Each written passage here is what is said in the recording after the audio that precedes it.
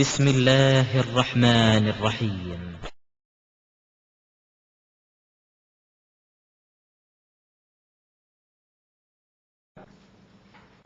நேற்றைய பாடத்தில் சில வசனங்களையும் சில ஹதீஸுகளையும் நம்ம மேற்கோள் காட்டினோம். அதுக்கு நம்பர் உங்களுக்கு சொல்லப்படலை. ஒரு தீயவன் ஒரு செய்தியை கொண்டு வந்தால் அதை தீர விசாரித்துக் கொள்ளுங்கள், இல்லைன்னா தவறான முடிவு செஞ்சு சிலருக்கு அநீதி செய்யக்கூடியவர்களாக ஆயிருவீங்க என்கிற அந்த குர்ஆன் வசனம் 49வது அத்தியாயத்தில் 6வது வசனம். அதை பார்த்துக்கோங்க. அதுபோல மதீனாவை சுற்றியும் மதீனாவிலையும் முனாஃபிக்குகள், நயவஞ்சகர்கள் இருக்கிறார்கள். அவங்கள நீங்க அறிய மாட்டீங்க, நாம தான் அறிவோம் என்ற ஒரு வசனத்தையும் நம்ம மேற்கோள் காட்டியிருந்தோம். அது 9வது அத்தியாயத்தில் 101வது வசனம். அதே போல ஹாலித் இப்னு வலீத் அவர்கள் ஒரு சபனான்னு சொல்ல, அந்த இஸ்லாத்தில் சேர்ந்து கொண்டோம்னு சொல்றதுக்கு பதிலாக சபனா, நாங்கள் சாபியன்ல சேர்ந்துட்டோம்னு சொன்னாங்க. அவங்கள கொலை பண்ணிட்டார் இல்லையா? அதை ரசூல் ஸல்லல்லாஹு அலைஹி வஸல்லம் கண்டிச்சு, இவர் செஞ்சதிலிருந்து நான் விலகி கொண்டேன் அப்படின்னு சொன்னாங்க. அது புகாரியில 4339 4339 ஒரு நம்பரு, இன்னொரு நம்பரு 7189. ரெண்டு இடத்துல இது புகாரில் இருக்கிறது. அதே மாதிரி உசாமா அவங்க இந்த மாதிரி போர்ல கைது செய்யப்பட்டவங்கள அவங்க இஸ்லாத்தை ஏற்றுக்கொள்றோம்னு சொன்ன பிறகும் கொலை பண்ணினாங்க. தற்காப்புக்கு தான் செஞ்சாங்க அப்படின்னு அவர் சொல்லும் பொழுது, நீ உள்ளத்தை பிளந்து பார்த்தியா என்று ரசூல் ஸல்லல்லாஹு அலைஹி வஸல்லம் கண்டிச்சாங்க. அப்ப இந்த ஹதீஸ் இதையும் மேற்கோள் காட்டியிருந்தோம். இந்த ஹதீஸ் புகாரியில 4269 4269 6872 6872 இந்த ரெண்டு இடத்துலையும் இது இருக்கிறது. அதே மாதிரி நபிகள் நாயகம் ஸல்லல்லாஹு அலைஹி வஸல்லம் அவங்கள்ட்ட பங்கு வச்சு கொடுக்கும் பொழுது, நீங்க நேர்மையா நடக்கல, சரியா பங்கு வைக்கல, அல்லாஹ்வை அஞ்சிக்கிறங்க என்று ஒருத்தர் கேட்டாரு. அப்ப அது சம்பந்தமா உமர் ரலியல்லாஹு அன்ஹு கொலை பண்ணிடுவோமான்னு கேட்கும் பொழுது ரசூல் ஸல்லல்லாஹு அலைஹி வஸல்லம் அவர்கள் அப்படி செய்யக்கூடாது, அவர் வெளிப்படையா முஸ்லீமா இருக்கிறாரு, தொழுகையெல்லாம் கடைப்பிடிக்கிறாரு அப்படின்னோன்னு உமர் ரலியல்லாஹு அன்ஹு சொல்லுவாங்கன்னா, அது எத்தனை பேர் தொழுகையாளிகள் நடிக்கிறாங்க. அப்ப ரசூல் ஸல்லல்லாஹு அலைஹி சொல்லுவாங்க, நான் மனிதர்களுடைய உள்ளங்களை தேடி பார்க்கக்கூடியவனாக அனுப்பப்படவில்லை, அது ஏன் ரைட்ல என்னுடைய அதிகாரம் கிடையாதுன்னு சொன்னாங்க. இதையும் மேற்கோள் காட்டியிருந்தோம். இது புகாரியில 4351 4351 4351வது ஹதீஸ்ல இருக்கிறது. அதே மாதிரி அதுக்கு முந்தின நாள் பாடத்தில் கூட ஹதீஸ ஒருத்தர் எழுதி கேட்பார், இந்த இதுகிற புள்ள பத்தி. அப்ப எழுதி கொடுங்கன்ற சொல்லுவாங்க. ஹதீஸை எழுதுறதுக்கு அனுமதி இருக்கிறது என்பதற்கு ஆதாரமாக அந்த ஹதீஸ அபூஷா என்பவருக்கு எழுதி கொடுத்தாங்க என்று சொன்னோம். அந்த ஹதீஸ் புகாரியில 2434 2434. அதே மாதிரி 6880 6880 இந்த நம்பர்ல எல்லாம் இருக்கிறது. இந்த நம்பர்லாம் நீங்க ஒருக்கா படிக்கணும். இந்த ஹதீஸ்களை நம்ம சொல்றத எதுக்கு சொல்றோம்னா, இந்த கருத்து அதுல வருதா என்று நீங்க ஒரு தடவை என்ன செய்யணும், எடுத்து படிக்கணுங்கிறது தான் இந்த நம்பர்கள் இப்ப சொல்லி தரப்படுகிறது. அடுத்ததாக அப்ப இந்த ஷோபா போன்றவர்கள் எல்லாம், நம்ம தலைப்பு தொடர்ச்சிக்கு போறோம். ஷோபா போன்ற அறிஞர்கள் எல்லாம் ஹதீஸ்னு சொன்னவங்க அப்படி ஏத்துக்கிற கூடாது, ஆய்வு செய்யணும் என்ற முடிவுக்கு வருவதற்கு அவங்க சுய சிந்தனையில் இந்த முடிவுக்கு வரல. இந்த கருத்தை குர்ஆன் பல இடங்கள்ல நமக்கு சொல்லி தருகிறது என்ற அடிப்படையில் தான் இந்த மாதிரியான ஆய்வு செய்யறது அவசியம்ங்கிற முடிவுக்கு வந்தாங்க. அது மாதிரியான ஒரு வசனத்தை எடுத்துக்கொண்டோமேயானால் அல்லாஹ் சொல்லி காட்டுகிறான், யா அய்யுஹல்லதீன ஆமனு, நம்பிக்கை கொண்டவர்களே, இதா லரப்தும் ஃபீ சபீலில்லாஹ், அல்லாஹ்வுடைய பாதையில் நீங்கள் போருக்கு செல்வீர்களேயானால் ஃபதபையனு, நல்ல தீர விசாரித்துக் கொள்ளுங்கள், எதிரியா அவன் நண்பனா என்பதை என்ன செய்யுங்க, தீர விசாரித்து ஆய்வு செய்து கொள்ளுங்கள். வலா தகூலு லிமன் அல்கா இலைக்குமு சலாம, உங்களுக்கு சலாம் என்று அவன் சொன்ன பிறகு லஸ்த மூமினன், நீ மூமின்லாம் கிடையாது என்று சொல்லி அவனை கொண்டு விடாதீங்க. தபு தபூன அருளால் ஹயாத்தி துன்யா, இந்த உலகத்தினுடைய ஆதாயத்தை தேடி, ஆனா கொலை பண்ணிட்டு அந்த பொருளை கனிமத்தில் எடுத்துக்கலாம்ல, அதுக்காக வேண்டி நீங்க என்ன செய்யாதீங்க.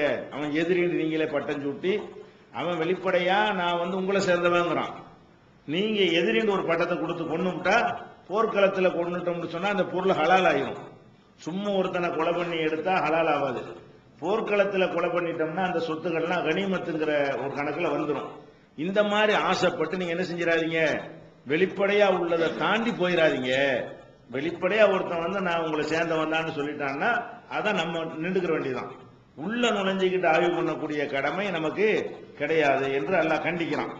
இப்ப இந்தல்லாஹி மகானிமு கசீரா, அல்லாஹ்விடத்து நிறைய கனிமத்தெல்லாம் இருக்கு. இந்த மாதிரி அற்ப பொருளுக்கு ஆசைப்பட்டு அவன் வெளிப்படையா சொன்னவன எதுக்கு போட்டு நீங்க கொள்ள நினைக்கிறீங்க அப்படின்னு சொல்லிட்டு, கதாலிக்க குன்தும் மின் கபுலு, இதுக்கு முன்னாடி நீங்களும் அப்படித்தானே இருந்தீங்க, அந்த கூட்டத்திலான இருந்தீங்க, நீங்க தான் இங்க வந்திருக்கிறீங்க என்றெல்லாம் அல்லாஹ் சொல்லி காட்டி திருப்பி ஒரு தடவை பத்த வையணும், நல்ல தீர ஆய்வு செஞ்சுக்கிறங்க, ஆய்வு செஞ்சுக்கிறங்க. அல்லாஹ் நீங்க செய்வதை பார்ப்பவனாக இருக்கிறான். இந்த வசனம் 4வது அத்தியாயத்தில் 94வது வசனம், 4வது அத்தியாயத்தில் 94வது வசனத்தில் இருக்கிறது. அப்ப இதுல அல்லாஹ் என்ன சொல்றான்னு கேட்டா, ஒரு மனிதனுடைய வெளிப்படையான செயலின் அடிப்படையில் நீங்க முடிவெடுக்க வேண்டும். உள்ளத்துக்குள்ள நுழைஞ்சி பார்க்க முடியாது, அதே நேரத்தில் வெளிப்படையான செயல்களுக்கு அடிப்படையில் முடிவு எடுத்து ஆகணும். அதான் உள்ள நுழைஞ்சி பார்க்க கூடாதுங்கிறது இதுல இருக்கிறது. வெளிப்படையா ஒருத்தன் நல்லவன் தெரிஞ்சுன்னா நல்லவன் சொல்லணும், வெளிப்படையா உள்ளதை நம்ம பார்க்கணும். அப்ப 2 அர்த்தம் என்ன இருக்கு அதுல அடங்கி இருக்கிறது. தப்பா உள்ளத்துல தவறா நினைச்சிருக்கிறான்னு முடிவு எடுத்தாலும் தவறா போயிடும். வெளிப்படையா நல்லவனா தெரியும் போது அதெல்லாம் கிடையாது, நல்லவன் இல்ல அப்படின்னு சொன்னோம்னா அப்ப உள்ளத்துக்கு நம்ம போயிடணும்னு அர்த்தம். அது அல்லாஹ்வுடைய ரைட், அவனுக்கு தான் உள்ளத்துல உள்ளது தெரியும். அப்ப இந்த கருத்தை உள்ளடக்கி அல்லாஹ் இந்த வசனத்துல சொல்லுகிறான், இதுவும் நம்ம ஆய்வு செய்யணும், ஆட்கள் ஆய்வு செய்யணும். இப்ப நம்ம சொன்ன வசனங்கள் எல்லாம் கருத்துக்கள் ஆய்வு செய்யறதை பத்தி பேசவே இல்லை, ஆள ஆய்வு செய்வதை பத்தி தான் பேசுகிறது. அப்ப ஏற்கனவே சொன்ன ஆதாரங்களா இருந்தாலும் இந்த ஆதாரமும் கருத்து சரியான ஆய்வு செய்யற மாதிரி அவன் ஆளு சரியா என்பதையும் ஆய்வு செய்யணும். இதெல்லாம் அவங்களுக்கு ஒரு ஆதாரமா இருந்தது. அதே மாதிரி ஹிஜ்ரத் செய்து, அதாவது ஹுதைபியா உடன்படிக்கைக்கு பிறகு ரசூல் ஸல்லல்லாஹு அலைஹி வஸல்லம் ஒரு அக்ரிமெண்ட் போடுறாங்க அந்த காபிர்களோட. அந்த அக்ரிமெண்ட்ல ஒரு அக்ரிமெண்ட் என்னன்னு சொன்னா, மக்காவிலிருந்து யாராவது இஸ்லாத்தை ஏற்றுக்கொண்டு இங்கே வந்தால் நீங்க சேர்த்துக்கிற கூடாது, திருப்பி அனுப்பிடுங்க எங்கள்கிட்ட. உங்கள்ல இருந்து யாராவது எங்கள்கிட்ட மதம் மாறி வந்துட்டாங்கன்னா நாங்க திருப்பி அனுப்ப மாட்டோம் இப்படின்னு ஒரு கிறுக்குத்தனமா அவங்க சொல்றாங்க, அநியாயமா தெரிகிற மாதிரி. அப்ப ரசூல் ஸல்லல்லாஹு அலைஹி வஸல்லம் ஏத்துக்கிட்டாங்க. அதான் நம்மள ஒருத்தன் முஸ்லீமா இருந்து அதான் சரின்னு போயிட்டான்னு சொன்னா அவன் அவங்கள வச்சுக்கிடுவாங்களாம். அவங்கள ஒருத்தன் இஸ்லாம் தான் சரின்னு நம்ம கிட்ட வந்துட்டான்னு சொன்னா அவங்கள என்ன செய்யக்கூடாது, திருப்பி அனுப்பக்கூடாது. இன்னும் அக்ரிமெண்ட் போடுறாங்க. ரசூலுல்லாஹ் அதை ஒத்துக்கிறாங்க. அது பார்த்தா நமக்கு அநியாயமா தெரிகிறது. உண்மையில் அந்த அக்ரிமெண்ட்ல நமக்கு நன்மை இருக்கிறது. ஏன்னு கேட்டா, நம்மள்ட்ட பிடிக்கலன்னு தொலைஞ்சு போனா நல்லது, அவனை வச்சுக்கிட்டு இருக்க கூடாது. அவனை அவங்க திருப்பி அனுப்பாதான் நமக்கு இடைஞ்சலா இருக்கும், இன்னும் 10 பேர் எடுத்துக்கிட்டு இருப்பான். அப்ப அந்த அல்லாஹ்வுடைய ரசூல் எடுத்த அந்த முடிவு பார்த்தா என்ன செய்யறது, ஒரு சமம் இல்லாத மாதிரி அவங்களுக்கு சாதகம் மாதிரி என்ன செய்யும் தெரியும். ஆனா உண்மையில பாத்தீங்கன்னா நம்ம இஸ்லாமே வேணாங்கிறான், அவன் அங்க இருக்கானே, அங்க போயிட்டு நல்ல நிம்மதியா இருக்கலாம்ல. இங்க நமக்கு வேலை கம்மி, இல்லாட்டி இவனுக்கு கவுண்டர் கொடுத்துக்கிட்டு இவன் செய்யற பித்தனாவுக்கு அதை முறியடிக்கிறதுக்குள்ள வேலையை செஞ்சுக்கிட்டு இருக்கணுங்கிற அடிப்படையில அதுவும் நன்மைதான். அங்கிருந்து ஒரு ஆள் வந்தாருன்னு சொன்னா திருப்பி அனுப்பிடுங்க அப்படின்னு சொன்னா அதுவும் நல்லதுதான். ஏன், இங்க வந்துட்டு சும்மா இருப்பாரு, அங்க இருந்து தாவா பண்ணிட்டு இருப்பாரு. அங்க போயிட்டாருன்னு சொல்லி இஸ்லாத்தை ஏத்துக்கிட்டு ஒரு ஆள் இங்க வந்துட்டாருன்னு சொன்னா நம்மளே இங்க வச்சுக்கிட்டோம்னு வைங்களேன், அவருக்கு வேலை இருக்காது. தாவாவுக்கு ரசூல்லா இருக்கிறாங்க, அவரு சும்மா ஒரு வேலை இல்லாம உட்கார்ந்துட்டு இருப்பாரு. அங்க இருந்தாருன்னா ஒரு ஆளை 10 ஆளாக்குவார், 10 20 ஆக்குவார், அடிச்சு பிடிச்சி ஏதாவது செஞ்சுட்டே இருப்பார்ல. அவர் அடக்குமுறையும் நெருக்கடிக்கும் உள்ளாகும் போதுதான் என்னவாக தாவா நடக்கும். அப்ப அவங்க அவங்களுக்கு சாதகம் இந்த தீர்மானத்தை கொண்டு வர்றாங்க. ரசூல் ஸல்லல்லாஹு அலைஹி வஸல்லம் ரொம்ப நுணுக்கமா எல்லாத்தையும் பார்ப்பாங்க. பார்த்தா ஏமாளி மாதிரி தெரியும், ஆனா அது நடந்தது. இந்த அக்ரிமெண்ட்டுக்கு பிறகு நிறைய இஸ்லாம் வளர்ந்துச்சு. இந்த ஒப்பந்தத்துல அல்லாஹ் ஒரு திருத்தம் கொண்டு வர்றான். இதெல்லாம் ஆம்பளைக்கு தான். பெண்கள் வந்தாங்கன்னா அனுப்பக்கூடாது. அல்லாஹ் என்ன செய்யறான், இந்த ஒப்பந்தத்துக்கு பிறகு அதுல அல்லாஹ் ஒரு கரெக்ஷனை கொண்டு வர்றான்.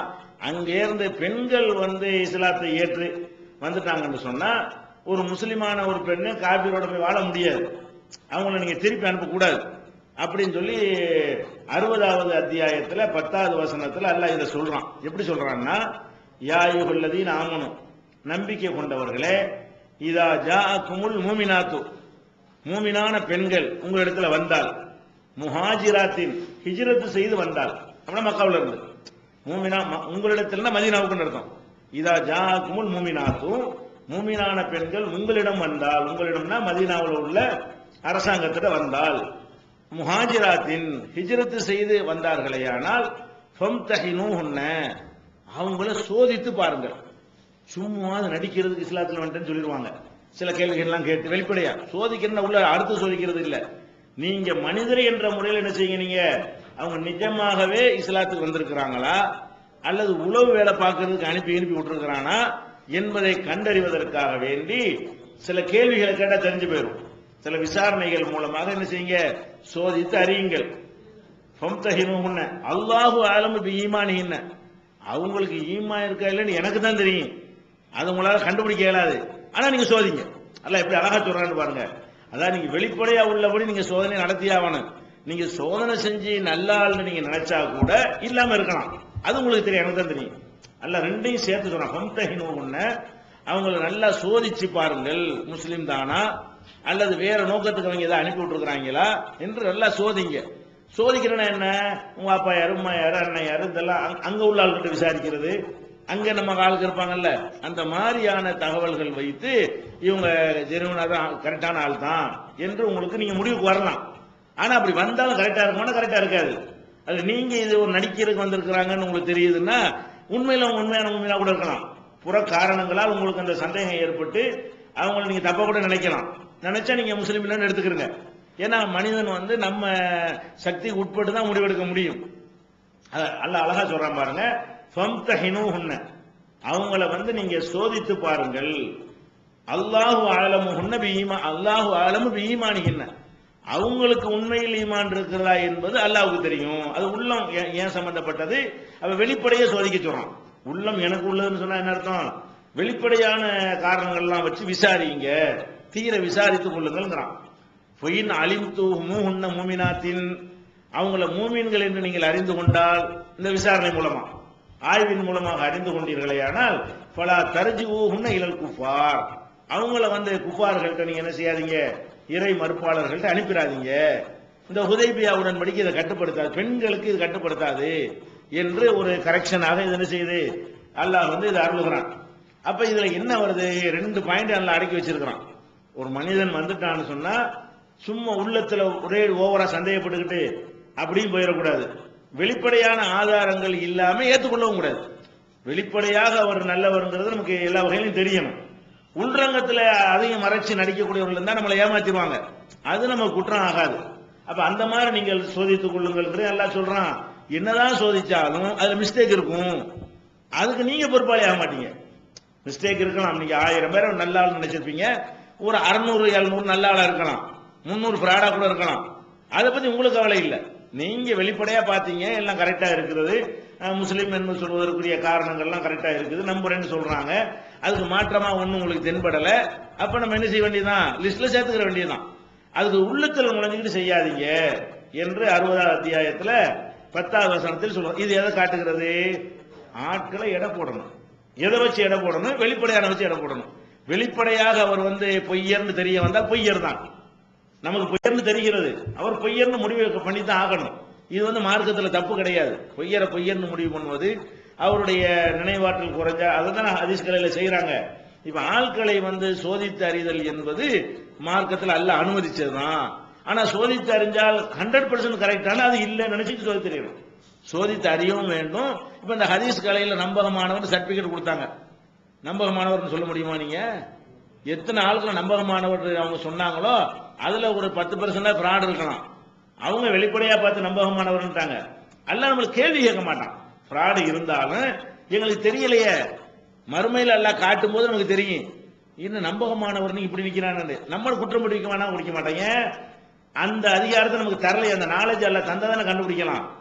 உள்ளத்துல உள்ளதையும் கண்டுபிடிக்கிற நாலேஜ் அல்ல நம்ம கொடுத்திருந்தான்னு சொன்னா நீ ஏன் அதை கண்டுபிடிக்கலன்னு கேள்வி கேட்பான். நமக்கு அந்த ஆற்றலை அல்லாஹ் தரல, அவன் கைவசத்துல வைத்துக் கொண்டான். அப்ப நம்ம என்னதான் பண்ணி ஆகணும்? வெளிப்படையா தான் பண்ணணும். அப்ப எத்தனையோ பலவீனர்கள் என்று சொல்லப்பட்டவங்க அல்லாஹ்விடத்தில் நன்மையானவர்களா இருப்பார்கள். நமக்கு சாட்சிகள் மூலமா ஒரு ஆள் பொய்யன்னு சொல்லி 10 சாட்சி சொல்றாங்க, 10 செட்டிங் சாட்சியா இருக்குன்னு வைங்க, அவரை நம்ம பொய்யன்னு முடிவு பண்ணிடுவோம்.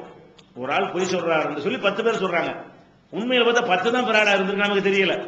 10 பேர் சொல்றாங்க இல்ல, 10 சம்பவம் சொல்றாங்கல்ல அப்படின்னு அவரை பொய்யன்னு ஆக்கிடுவோம். வெளிவந்து விட்டது தவறான வாதங்களும் தக்க பதில்களும். சகோதரர் PJ அவர்கள் உரையாற்றிய ரமலான் மாத தொடர் சொற்பொழிவு. மறைவான ஞானம் அல்லாஹ்வை தவிர வேறு யாருக்கும் உண்டா? சத்தியம் எது, அசத்தியம் எது? இறந்தவர்களால் செவியேற்க முடியுமா? நபிமார்களுக்கு இறைவன் வழங்கியது என்று வேறு ஏதும் மறைவான ஞானங்கள் உண்டா? தர்கா தரீகா வழிபாடுகள் சரியா? மனிதன் கடவுளாகி விட முடியுமா? தவறான கொள்கையில் இருப்பவர்களின் வாதங்களுக்கு குர்ஆன் ஹதீஸ் அடிப்படையில் அடுக்கடுக்கான தெளிவான சான்றுகளுடன் தக்க பதில்கள் 5 டிவிடிக்களாக விலை ரூபாய் 150 மட்டுமே. கிடைக்கும் இடம் TNTJ வீடியோ விஷன், நம்பர் 30, அரண்மனைக்காரன் தெரு, மண்ணடி, சென்னை 1, செல் 9500168989. கடைசியில் அங்க போனா என்னவா இருக்கு? இந்த 10 தான் போய் அவங்க ஒரு அப்பாவின்னு இருந்தா என்ன செய்யறது? அதனால ஒண்ணும் கிடையாது, குற்றம் வராது. அதனால நம்மளால பிடிப்பானா? எங்களுக்குன்னு சாட்சியத்தை வச்சுதான் இந்த உலகத்துல தீர்ப்பளிக்கணும். ரசூலுல்லாஹ் அப்படித்தானே சொல்றாங்க, என்னிடத்துல நீங்கள் வழக்கு கொண்டு வருவீங்க, நான் விசாரிச்சு என்ன செய்வேன், யார் நல்ல முறையில் வாதத்தை வைக்கிறாங்களோ அவங்களுக்கு சாதகமா தீர்ப்பளிச்சிருவேன். உண்மையில் அவங்களுக்கு சாதகமா நான் அளிக்க கூடாது. அல்லாஹ்விடத்துல பார்த்தா இந்த சொத்து யாருடையதுன்னு பிரச்சனை வருது, ஏன் இதுன்னு 2 பேரும் சொந்தம் கொண்டாடுறான், நான் யாரு நல்லா சிறப்பா வாதம் பண்றான்னு அவனுடையது முடிவு எடுத்துருவேன். அங்க போய் பார்த்தா அவனுடையதா இருக்காது. நானே அப்படி பண்ணிடுறாங்கிறாங்க ரசூல் ஸல்லல்லாஹு அலைஹி வஸல்லம். அதுக்கு ஒண்ணு நல்லா கேட்க மாட்டான். எனக்குதா இந்த மாதிரி தான் அல்லாஹ் என்ன செஞ்சிருக்கான், அவங்களை படைச்சிருக்கிறான். அந்த பொய்யான வாதங்களை வச்சவனையும் பொய்யான சாட்சி சொல்லி ரசூலுல்லாஹ்வை நம்ப வச்சவனையும் அல்லாஹ் தண்டிப்பானே தவிர நம்மளை அல்லாஹ் தண்டிக்க மாட்டான். அந்த 10 பேரை தண்டிப்பான். இந்த ஒரு ஆள் மேல தனியாம பழி போட்டாங்கல்ல, அந்த 10 பேரை எல்லாம் தண்டிப்பானே தவிர நம்மள எல்லாம் தண்டிப்பான்னு தண்டிக்க மாட்டாங்க. இப்படித்தான் முடியும் இந்த உலக வாழ்க்கையில. இதுதான் நமக்கு சாத்தியமா இருக்குமே தவிர கரெக்டான நல்லவனை கண்டுபிடிக்கிறது யாரால? அதான் தௌஹீதா தானே, அவுலியாவே கண்டுபிடிக்கலாம்னு சொல்லிட்டு. தௌஹீதால என்ன அர்த்தம்? கல்புல உள்ளது அறிய இயலாதுங்கிறது தான் தௌஹீத. அப்ப அந்த ஒரு பேசிக்ல தான் இந்த ஹதீஸ்களை அமைக்கப்படாது. நல்ல விளங்கிக்கிறேன். நம்பகமான ஆளுன்றவன என்ன செய்யக்கூடாது, பக்கா அவுலியா அல்லாஹ்வுக்கு நேசர்லாம் நினைச்சிடக்கூடாது. வெளிப்படையா என்ன செய்கிறது, அவர் மேல எந்த ரிமார்க்கும் ப்ரூஃப் ஆகல, நல்லவருங்கிறத நிறைய பேர் சாட்சி மூலமா சொல்றாங்க. அவ்வளவு போதும் எங்களுக்கு. உலக வாழ்க்கையில் அப்படித்தான் நம்ம நடந்துக்கிறோம். ஒரு கொடுக்கல் வாங்கலுக்குலாம் என்ன பண்ணுவோம், வெளிப்படையா விசாரிப்போம். நல்ல ஆளு உணவு கொடுத்துருவோம். எத்தனை பேர் விசாரிச்சு பொண்ணு கொடுக்குறாங்க, கடைசியில் பிராடா இருக்கிறான் தெரிய மாட்டேங்குது. முதல்ல பொண்ணை கொடுக்கும்போது விசாரிக்கிறாங்க, நல்ல ஆளுன்னு வருது, அவ்வளவு பேரும் ஏமாத்திட்டு இருந்திருக்கிறான். மகளை கொடுத்தோம்னா தெரியுது இவன்ட்ட உள்ள எல்லா கெட்ட பழக்கமும் பின்னாடி தெரியுது. இப்படிலாம் ஏமாந்து போறான். அதுக்கு என்ன செய்யறது? தேர்ந்தெடுக்கும் போது கரெக்டா தேர்ந்தெடுத்து அல்ல குற்றவாளி ஆக்குவானா? ஆக்க மாட்டான். அதுக்கு பிந்தி தெரிய வருவதற்கெல்லாம் நாம பொறுப்பாளி ஆக மாட்டோம். அந்த ஒரு அடிப்படையில தான் இந்த விதி உருவாக்கப்பட்டிருக்கிறது. சரியா? வெளிப்படையானதை கவனிக்கணும், ஆட்கள் ஆய்வு செய்யணும் என்பதை இதெல்லாம் சொல்கிறது. அதே மாதிரி 17வது அத்தியாயத்துல 36வது வசனத்துல இருக்கிறது, வலா தக்ஃபு மா லைஸ லக பிஹி இல்முன், திட்டவட்டமான அறிவு இல்லாத ஒன்றை நீ பின்பற்றாதே. ஒரு விஷயத்தை பின்பற்றி போவதாக இருந்தால் கன்ஃபார்மா இருந்தா தான், உனக்கு கன்ஃபார்மா இருக்கணும், அப்பதான் நீ பின்பற்ற வேண்டும். இல்முன்னா திட்டவட்டமான அறிவு. திட்டவட்டமான அறிவு இல்லாத ஒன்றை நீ பின்பற்றி விடாதே. இன்ன ஸம்ஆ வல் பஸர வல் ஃபுஆத குல்லு உலாயிக கான அன்ஹு மஸ்ஊலா. செவிப்புலன், பார்வை புலன், உள்ளங்கள் எல்லாமே அல்லாஹ்வால் விசாரிக்கப்படும். காதை ஒழுங்கா பயன்படுத்தினியா, கண்ணை ஒழுங்கா பயன்படுத்தினியா, உள்ளத்தை ஒழுங்கா பயன்படுத்தினியான்னு விசாரிக்கப்படும் அல்லாஹ் என்ன செய்யறான், சொல்றான். அப்ப காதால கேட்டதெல்லாம் நம்பிடக்கூடாது, கண்ணால பார்த்ததெல்லாம் விசாரிக்கணும். கொஞ்சம் கண்ணால பார்த்தது கரெக்ட் தானா என்று வெளிப்படையாக நம்ம என்ன செய்யணும், விசாரித்துக் கொள்ள வேண்டும். திட்டவட்டமான அறிவு வந்தால் தான் பின்பற்றணும். இப்ப லைஃபான ஹதீஸ்ல என்ன வருது, ரசூலுல்லாஹ் சொல்லி இருக்கலாம் சொல்லாம இருக்கலாம்னு சந்தேகம் வந்துருது. திட்டவட்டமான அறிவு வர மாட்டேங்குது. ரசூலுல்லாஹ் சொன்னதாக ஒருவர் ஒரு செய்தியை உங்கள்ட்ட சொல்றாரு, அவர் கொஞ்சம் யாபக சக்தி கம்மியான ஆளா இருக்காரு, நமக்கு நல்லா தெரியுது, ஊருக்கே தெரியுது. ஒண்ணு கிடக்கும் ஒண்ணு சொல்லுவாரு, கெட்டவர் கிடையாது, புரிந்து கொள்ளுகிற திறன் கம்மியா இருக்கிறதுனால நம்ம ஒண்ணு சொன்னா அவர் வேற ஒண்ணு புரிஞ்சுக்கிடுவார்னு வைங்க. அந்த மாதிரி அந்த ஆள்னு தெரிகிறது. அவர் ஒரு ஹதீஸை சொன்னா நம்ம என்ன செய்யணும்? ரசூலுல்லாஹ் சொன்னா ஏத்துக்கிறது தான் வேணும். இவர் ஒழுங்கா புரிஞ்சுக்கிட்டாரா அல்ல யாவசத்துல உன்னோட கொண்டு மாத்தி புரிஞ்சுக்கிட்டாரா அல்லது பாதியை மறந்துட்டு பாதியை சொல்றார்? பாதியை மறந்து அர்த்தம் மாறிடும்ல. லா இலாஹ இல்லல்லாஹ்ல இல்லல்லா விட்டுட்டா அல்லாஹ் இல்லண்டாயிரும். லா இலாஹ மட்டும் சொன்னார், மொத்த ஹதீஸ்ல பாதியை விட்டாருன்னு அர்த்தம் மாறிக்கிறோமா இல்லையா? அல்லாஹ்வை தவிர எந்த கடவுளும் இல்லைன்னா அது ஒரு முழு அர்த்தமாகுது. லா இலாஹ இல்லல்லாஹ்ல ஒருத்தர் லா இலாஹ மட்டும் மனப்பாடம் பண்ணாருன்னு வைங்க, அதுக்கு என்ன அர்த்தம் ஆயிரும்? நாத்திகன் ஆயிரும். கடவுள் இல்ல ரசூலுல்லாஹ் சொன்னாங்க. அப்ப இவர் சொன்னவர் பாதியை சொல்றாரா முழுச சொல்றாரா சரியா புரிஞ்சுக்கிட்டு சொல்றாரா ரசூலுல்லாஹ் ஒன்னு சொல்ல அதுக்கு ஏற்குமாறு அவர் புரிஞ்சுக்கிட்டு சொல்றாரான்னு அவரை பார்த்து சந்தேகம் வருது. எதனால அந்த சந்தேகம் வருது? அவர் வாழ்க்கையில் அந்த மாதிரி நிறைய உளர்றாரு, உன்னோட கொண்டு பேசுறாரு, ஒன்னு செய்ய சொன்னா வேற ஒண்ணு செஞ்சுட்டு வர்றாரு. நம்ம பார்ப்போம், சில ஆட்களை பார்ப்போம். நம்ம ஒண்ணு சொன்னா வேற ஒண்ணு என்ன செய்வாரு? டீ வாங்கிட்டு வரலாம், காப்பி வாங்கிட்டு வருவாரு. இப்படி ஏதாவது ஒண்ணு செய்யறாருன்னு வைங்க, இப்படி இப்படி இப்ப ஒரு நாளைக்கு வாங்கிட்டு வரலாம். இப்படியே அவருடைய வாழ்க்கையில் எது செஞ்சாலும் செய்யறாருன்னா என்ன டவுட் வந்துரு? இந்த ஆளு கரெக்டா சொல்ற ஆளு இல்ல, ஆனா தொழுகை பாகத்தில் நல்லவரா இருப்பாரு, கெட்டவர்னு அர்த்தம் வந்துடாது. பொய்யன் அந்த மாதிரி குற்றச்சாட்டுக்கு உள்ளவனா கெட்டவன் சொல்லணும். பலவீனமானவர்கள்லாம் என்ன கிடையாது, கெட்டவங்க கிடையாது. இதுக்கு தகுதி இல்லை. செய்திகளை எடுத்து சொல்வதற்கான தகுதி குறைவா இருக்கிறார்கள். அறிவுத்திறன், சிந்தனை திறன், மனப்பாட திறன், புரிந்து கொள்ளுகிற திறன், எடுத்து சொல்லுகிற விதத்தில் உள்ள குறைபாடுகள், இதுல எல்லாம் அவங்க சரியா இல்லாதனால அவங்கள பலவீனம் சொல்றோம். அப்ப இதுல சந்தேகம் இப்ப வருது. இந்த மாதிரி ஒரு ஆள் சொல்லும் பொழுது இது ரசூலுல்லாஹ் சொல்லி இருக்க சான்ஸ் இல்ல, சொல்றதுக்கு சான்ஸ் இருக்கிற மாதிரி சொல்லாம இருக்கும் வாய்ப்பு இருக்கிறது. லைவான ஹதீஸ்ல என்ன கருத்து வரும்? லைவான ஹதீஸ்னா ஆளு போக்கு, ஆளு பலவீனமா இருக்காரு, ஆளு நினைவாற்றல் கம்மியா இருக்காரு, அவர் இந்த ஹதீஸ் சொன்னால் என்ன அர்த்தம் வருது? இத ரசூலுல்லாஹ் சொல்லியும் இருக்கலாம், சொல்லாமல் இருக்கலாம். நமக்கு என்ன கட்டளை? கன்ஃபார்மானதான் பின்பற்றணும். சொல்லியும் இருக்கலாம், சொல்லாம இருக்கலாம், விட்டுப்படு. சொல்லலன்னு வச்சுக்க, அல்லாஹ் என்ன ஆர்டர் போறான் இந்த வசனத்துல 17:36ல, வலா தக்ஃபு மா லைஸ லக பிஹி இல்முன், இல்மு இல்லாத விஷயத்தை பின்பற்றாதே. இல்முன்னா சந்தேகத்துக்கு அப்பாற்பட்ட அறிவு, சந்தேகத்துக்கு அப்பாற்பட்ட ஞானம். அப்ப இல்மு இருந்தா தான் நீ பின்பற்றணுமே தவிர டவுட் இருக்க, டவுட்டுக்கு பேர் இல்மு கிடையாது. சந்தேகத்துக்கு பேர் என்ன செய்ய மாட்டாங்க, இல்முல சேர்க்க மாட்டாங்க. அப்ப இல்மு இல்லாததுதான் நீ பின்பற்றக்கூடாதுன்னு சொல்றதுனால ஒருத்தர் நினைவாற்றலை இந்த மாதிரி குறைபாடு உள்ளவர் சொன்னால் அதுல சந்தேகம் வருது. என்ன சந்தேகம் வருது? இதை ரசூல் ஸல்லல்லாஹு அலைஹி வஸல்லம் சொன்னாங்களா சொல்லலையா? சொன்னதை சொல்றாரா சொல்லாத சொல்றாரா? சொன்னதை சொல்றாரா அதுக்கு மாத்தமா வழங்கிட்டு சொல்றாரா என்கிற சந்தேகம் வரும் பொழுது நம்ம கடமை என்ன? சந்தேகத்துக்குள்ள விட்டுறணும். அல்லாஹ் கேட்டா சொல்லிட்டு போயிடலாம். இப்படி ஒரு செய்தி வந்ததை நீ ஏத்துக்கறல அப்படி நல்லா கேட்கறான்னு வைங்க, நீ தானே சொல்லி இருக்கிற. வலா தக்ஃபு மா லைஸ லக பிஹி இல்முன், நீ தானே சொல்லி இருக்கிற. திட்டவட்டமா எங்களுக்கு ஆளை பார்த்தா டவுட் வருது. ரசூலுல்லாஹ் எங்கள்கிட்ட சொன்னா பின்பற்றி இருப்போமே. ரசூலுல்லாஹ் நம்மள்ட்ட சொன்னால் பலவீனமான ஹதீஸ் இருக்குமா? சஹாபாக்களுக்கு ஏதாவது பலவீனமான ஹதீஸ் இருக்குமா? இருக்காதீங்க. ரசூலுல்லாஹ் அவங்கள்ட்ட சொல்லிவிட்டாங்க, டவுட் கிடையாது. அப்ப ரசூலுல்லாஹ்ட்ட இருந்து 2 தலைமுறை 3 தலைமுறை 4 தலைமுறை மாறும் பொழுது அந்த ஆட்க சந்தேகத்துக்குரிய ஆளாகும் பொழுது அப்ப சந்தேகம் எங்க வரைக்கும் தொடருது? ரசூலுல்லாஹ் சொன்னாங்களா என்கிற வரைக்கும் அந்த சந்தேகம் போய்விடுகிறது. இதனாலதான் இந்த வசனம் தான் எல்லாத்துக்கும் அடிப்படையா இருக்கிறது. 17:36 பலவீனமாக செய்ய பின்பற்றக்கூடாதுன்னு கேட்பாங்க. அல்லாஹ் உங்களுக்கு என்ன கட்டளை பின்பற்ற பொறுத்த வரைக்கும் கன்ஃபார்மானதான் பின்பற்றணும். கன்ஃபார்ம் இல்லாத எந்த ஒரு விஷயத்தையும் செய்யக்கூடாது. கன்ஃபார்ம் டவுட் தானா அதை விளக்கிறேன்.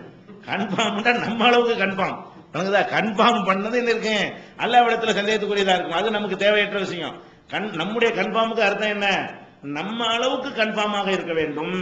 அப்படியானதை பின்பற்றுங்கன்னு சொல்லும் பொழுது எங்க அளவு கன்ஃபார்ம் ஆகல, அவர் கரெக்டான செய்தியை கூட சொல்லியிருக்கலாம். அந்த விஷயம் அது கேள்வி எல்லாம் கேட்க மாட்டாங்க. எங்களுக்கு கன்ஃபார்ம் ஆகல இல்ல, அந்த ஹதீஸ் அவர் கரெக்டாவே சொல்லியிருக்கலாம், மறுமையில தெரிய வரும். அல்லாஹ் என்ன செய்ய மாட்டான், நம்மள்ட்ட கேள்வி கேட்க மாட்டான். வந்ததை தான் பின்பற்றணும். நம்ம கரெக்டா எது நம்மள்ட்ட சேருகிறது அதுதான் பின்பற்றணும். அல்லாவே அந்த இந்த விதியை வகுத்ததன் மூலமாக அந்த மார்க்கத்தை பாதுகாக்கணும். அதை விளைவிக்கணும். அடுத்தது இன்னும் சொல்ல போனா ஹதீஸுக்களைய நிறுவுவதற்கு ஹதீஸ் ஆதாரமா காட்டக்கூடாது. ஏன்னா அந்த இதெல்லாம் செய்யலாமாங்கிறது எங்க இருந்து எடுக்கணும்? குர்ஆன்ல இருந்து எடுக்கணும். இப்ப ஹதீஸ்ல இருந்து காட்டின என்ன ஆயிரும்?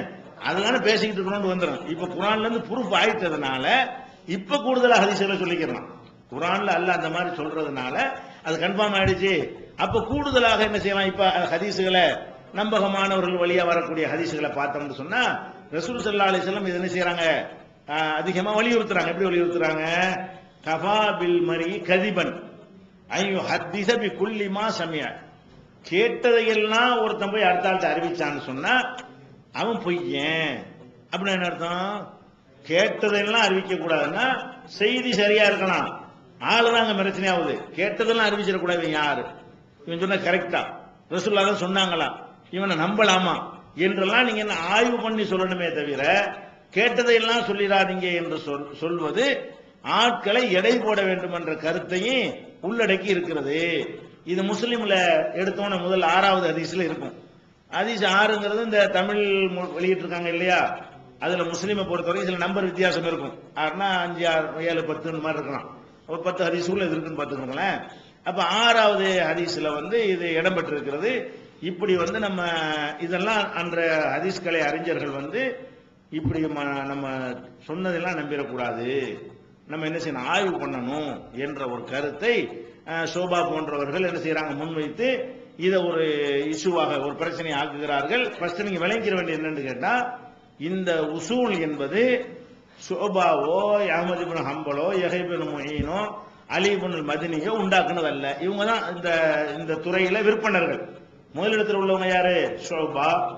அது மாதிரி அலி யஹ்யா பின் முஈன், அவருடைய மாணவர் அஹ்மது இப்னு ஹம்பல், அவங்களுடைய காலத்தில் இருந்த அலி இப்னு மதீனி. இந்த 4 பேர் தான் என்ன செய்யறாங்க, இந்த துறையில ரொம்ப கூடுதலாக கவனம் செலுத்தி. மற்றவங்க எல்லாம் பின்னாடி அவங்க தகவலை வைத்து நூலா எழுதினவங்க. இப்னு ஹஜர்லாம் 700 அந்த மாதிரி ரொம்ப பின்னாடி வந்தவங்க. இவங்க எல்லாம் அந்த ஆட்களுடைய மேற்கோளை காட்டி ஒரு தொகுத்தாங்களே தவிர இதுல ஈடுபட்ட ஆட்கள்லாம் யாரு? இந்த குறிப்பிட்ட 4-5 பேர் தான்.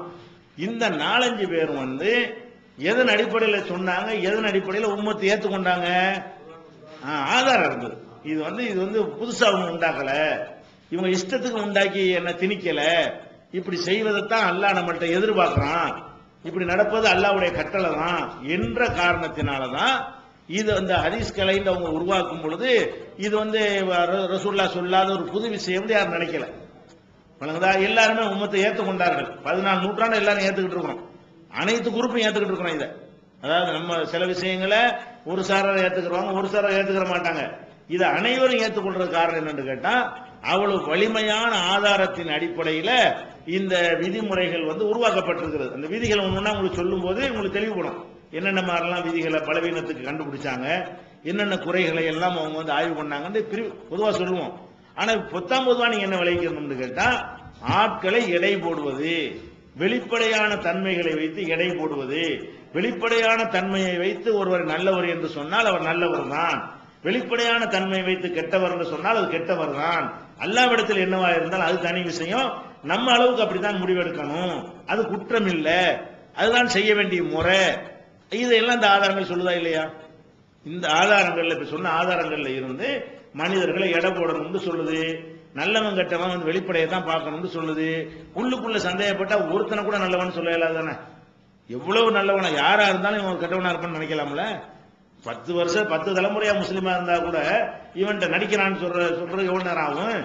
அப்படிலாம் நம்ம பார்க்க உள்ளுக்குள்ள உள்ளது பார்க்கறதுக்கு நமக்கு ரைட் இல்ல. அதே நேரத்தில் வெளிப்படையா உள்ளதை பார்க்க தவறக்கூடாது. உள்ளுக்குள்ள உள்ளதை பார்க்கவும் கூடாது.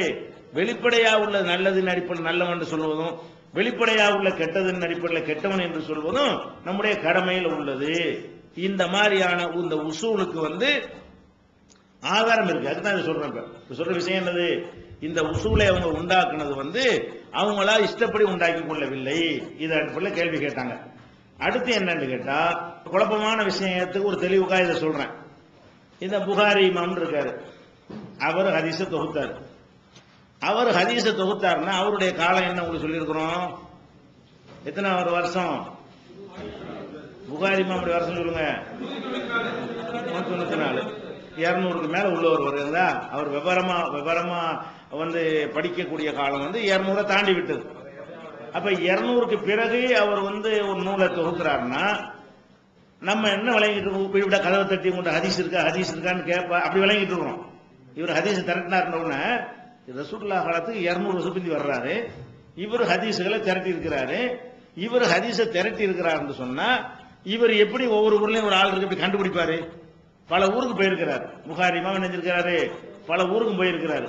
பல ஊருக்கும் போய் வீடு விழா கதவை தட்டி உங்கள்ட்ட ஏதாவது ரசூலுல்லாஹ்வோட ஹதீஸ் இருக்கா, உங்கள்ட்ட இப்படியே கேட்க முடியும், இப்படி கேட்டிருக்க முடியுமா, இப்படி சாத்தியமாகுமா? அப்ப எப்படி அவர் மட்டும் இந்த ஹதீஸுகளை அறிந்து கொண்டார்னு சொன்னா, ஹதீஸ் தொகுக்கப்பட்ட அந்த அந்த படித்தரங்களை நம்ம விளங்கி கொண்டோமே ஆனால் அதுல என்ன வராது, குழப்பம் வராது. எப்படி இதை செஞ்சாங்க என்று எப்படி ஆரம்பத்துல எல்லாம் இருந்துச்சுன்னு சொன்னா, ஒவ்வொரு ஊர்ல ஒரு அறிஞர் இருப்பார்ல, எந்த ஒரு ஊரா இருந்தாலும் அந்த ஊர்லயே சிறந்த 4 அறிஞர்கள் இருக்கத்தான் செய்வாங்க. அந்த இந்த காலத்துல இருக்கிறாங்கல்ல, ஊர் ஆலிம்ஸா இருக்காங்கல்ல, அந்த மாதிரி வந்து அந்த காலத்துல என்ன செய்வாங்கன்னு கேட்டா, ரசூலுல்லாஹ்வுடைய காலத்துக்கு அடுத்த காலத்துல அந்த 100க்குள்ள ஹிஜ்ரி 100க்குள்ள அந்த காலகட்டங்கள்ல எல்லா ஊர்களையும் நல்ல சிந்தனையாளர்களும் மார்க்க பற்று உள்ளவங்களும் அறிஞர்கள் என்று மக்களால் அங்கீகரிக்கப்பட்டவங்களும் இருந்தாங்க. இப்போது விற்பனையில் இஸ்லாம் கூறும் பொருளியல் சகோதரர் பிஜே அவர்கள் உரையாற்றிய பொருளாதாரம் சம்பந்தமான 27 மணி நேர தொடர் சொற்பொழிவு. என்ன வியாபாரம் செய்யலாம், பங்குச் சந்தையில் ஈடுபடலாமா, இன்சூரன்ஸ் செய்யலாமா, MLM வியாபாரத்தில் ஈடுபடலாமா, குத்தகை, பங்கு வணிகம் மற்றும் வியாபாரம் தொடர்பான அனைத்து சந்தேகங்களுக்கும் குர்ஆன் ஹதீஸ் அடிப்படையில் தெளிவான விளக்கங்கள் 3 டிவிடிகளாக விலை ரூபாய் 75 மட்டுமே. கிடைக்கும் இடம் TNTJ வீடியோ விஷன், நம்பர் 30, அரண்மனைக்காரன் தெரு, மண்ணடி, சென்னை 1. TNTJ வீடியோ விஷனின் புதிய வெளியீடு PJ, லூஹா, MS, அல்தாஃபி, நாசர், ரஹ்மத்துல்லா ஆகியோர் உரையாற்றிய தொழுகையின் முக்கியத்துவங்கள், சட்டங்கள், செய்முறைகள் அடங்கிய ஒரு டிவிடியின் விலை 30 ரூபாய் மட்டுமே. அம்மாபட்டினம், அதிராம்பட்டினம், ராஜகிரி ஆகிய இடங்களில் நடைபெற்ற வரதட்சணை ஒழிப்பு மாநாடு ஒரு டிவிடியின் விலை 30 ரூபாய் மட்டுமே. புகை, மது, சூது, விபச்சாரம், வட்டி, வரதட்சணை தீமைகளுக்கு எதிராக ஆற்றிய உரை 6-in-1 டிவிடியில் ஒரு டிவிடியின் விலை 30 ரூபாய் மட்டுமே.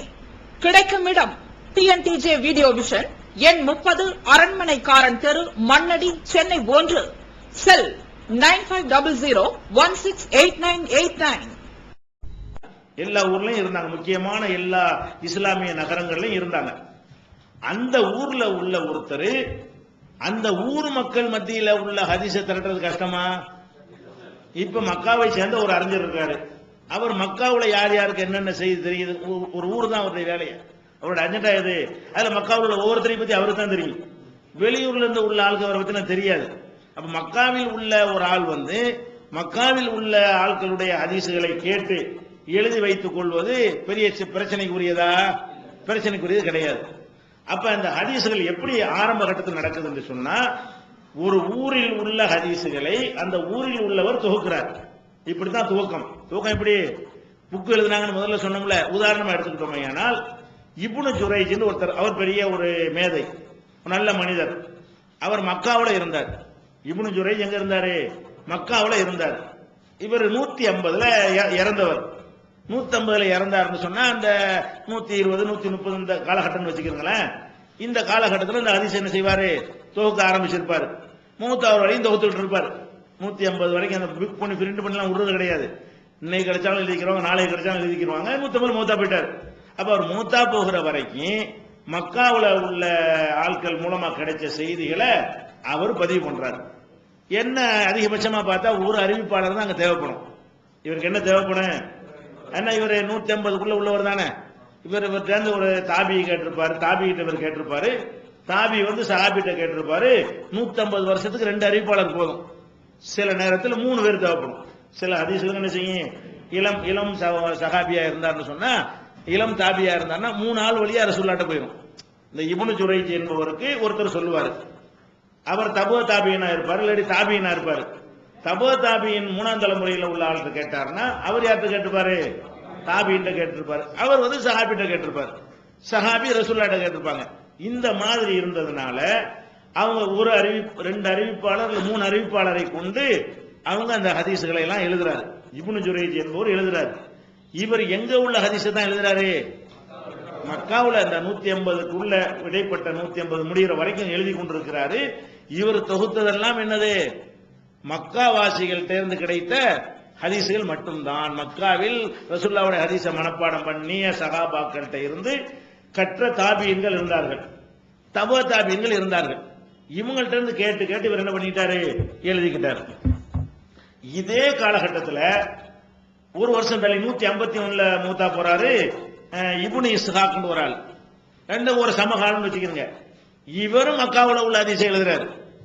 அதாவது மக்காவுலயே ரெண்டு சிறந்த அறிஞர்கள் இருந்தாங்க. இப்னு ஜுரைஜ் என்கிற ஒரு ஆளு, இப்னு இஸ்ஹாக்னு ஒரு ஆளு. இந்த ரெண்டு பேருமே ஒருத்தர் 150ல மரணிக்கிறாரு, ஒருத்தர் 151ல மரணிக்கிறார். அப்ப சமகாலம், ஒரே காலம். இந்த சமகாலத்தில் இவர் திரட்டின ஹதீஸுகளை ரெண்டு பேரும் திரட்டுறாங்க. இந்த ரெண்டு பேரும் திரட்டினதுல பெரும்பாலும் 90% ஒரே மாதிரி தான் இருக்கும். ஒரே மாதிரி தான், ஒரே ஊர்ல திரட்டுறாங்க. ஒரு 10% என்ன இருக்கும்னா, இவர் கேட்காது அவர் கேட்டிருப்பாரு, அவர் கேட்காது இவர் கேட்டிருப்பாரு. இந்த ரெண்டு பேர் புக்கையும் எடுத்து பாத்தீங்கன்னு சொன்னா பெரும்பாலான ஹதீஸுகள் ஒரே மாதிரி, ரெண்டு பேரும் ஒரே மாதிரி தான் செஞ்சிருப்பாங்க. ஏன்னா காலம் ஒரே காலம், ஒரே ஊரு, ஒரே ஊர்ல ரெண்டு பேரும் கேட்கிறாங்க, ஒரே காலத்துல ரெண்டு பேரும் வாழ்றாங்க. இவர் நேத்து போன ஆள்கிட்ட போய் இவர் இன்னைக்கு போய் பார்ப்பாரு. இவர் நேத்து ஒரு ஆள்கிட்ட கேட்டு வந்த செய்தி இப்ப இன்னைக்கு போய் கேட்பாரு. இதுல என்னவாக பெரும்பாலான ஹதீஸுகள் ரெண்டு பேர்ட்டையும் இடம்பெற்றிருக்கும். ஒரு 10% ஹதீஸுகள்ல இவர் சந்திக்காத ஆள் அவர் சந்திச்சிருப்பாரு, அவர் சந்திக்காத இவர் சந்திச்சிருப்பாரு. ஒரு 100க்கு 10 ஹதீஸ் இவர்கிட்ட வித்தியாசமா இருக்கும், அவர்கிட்ட 110 ஹதீஸ் கூடுதலா இருக்கும். அந்த 90ல கூட அந்த வார்த்தைகள் வித்தியாசம் வந்துடும். ஏன்னா கருத்தை தான் அறிவிப்பாங்க. ஒருத்தர் சொல்லும் போது முதல் ஆள்கிட்ட சொல்லும் போது ஒரு வார்த்தையை போட்டு சொல்லியிருப்பாரு, ரெண்டாவது ஆள்கிட்ட சொல்லும் போது என்ன செய்வாரு, அதே ஹதீஸைய அந்த கருத்தை வேற வார்த்தையில சொல்லியிருப்பாரு. அப்படி ரெண்டு விதமான வித்தியாசம், அது ஒரு 10% வந்துடும். அப்படி அச்சு அசலா பாத்தீங்கன்னா ஒரு 65-70% என்ன செய்யும், ஒரே மாதிரியா இருக்கும். அப்ப இப்படியாக மக்காவில் தொகுக்கப்பட்டு ஒரு ஹதீஸ் இருக்கிறது. மக்காவுல உள்ளவங்க தொகுக்கப்பட்ட ஹதீஸ்கள் இப்படி வச்சிருக்கிறாங்க. அதுல ஒரு விஷயம் என்னன்னு கேட்டா, இவங்க ஹதீஸுகளை எழுதுறாங்கல்ல, இவங்க ஹதீஸுகளை எழுதும் பொழுது இந்த ஹதீஸ் ரசூல்லா வரைக்கும் உள்ள செய்தி எழுதணும்னு எந்த விதியும் வகுத்து கொள்ளல. இந்த 150 வரைக்கும் உள்ள இவங்க முதல் அதாவது தலைமுறை, முதல் தலைமுறைன்னு சொல்லுவாங்க இவங்கள ஹதீஸ் துறைக்கு. ரசூல்லாவுடைய கணக்குப்படி பார்த்தா 3வது தலைமுறையில வந்துருவாங்க. ஹதீஸ் துறைக்கு இந்த எழுதக்கூடிய துறைக்கு இவங்க தான் யாரு, ஃபர்ஸ்ட் தலைமுறை.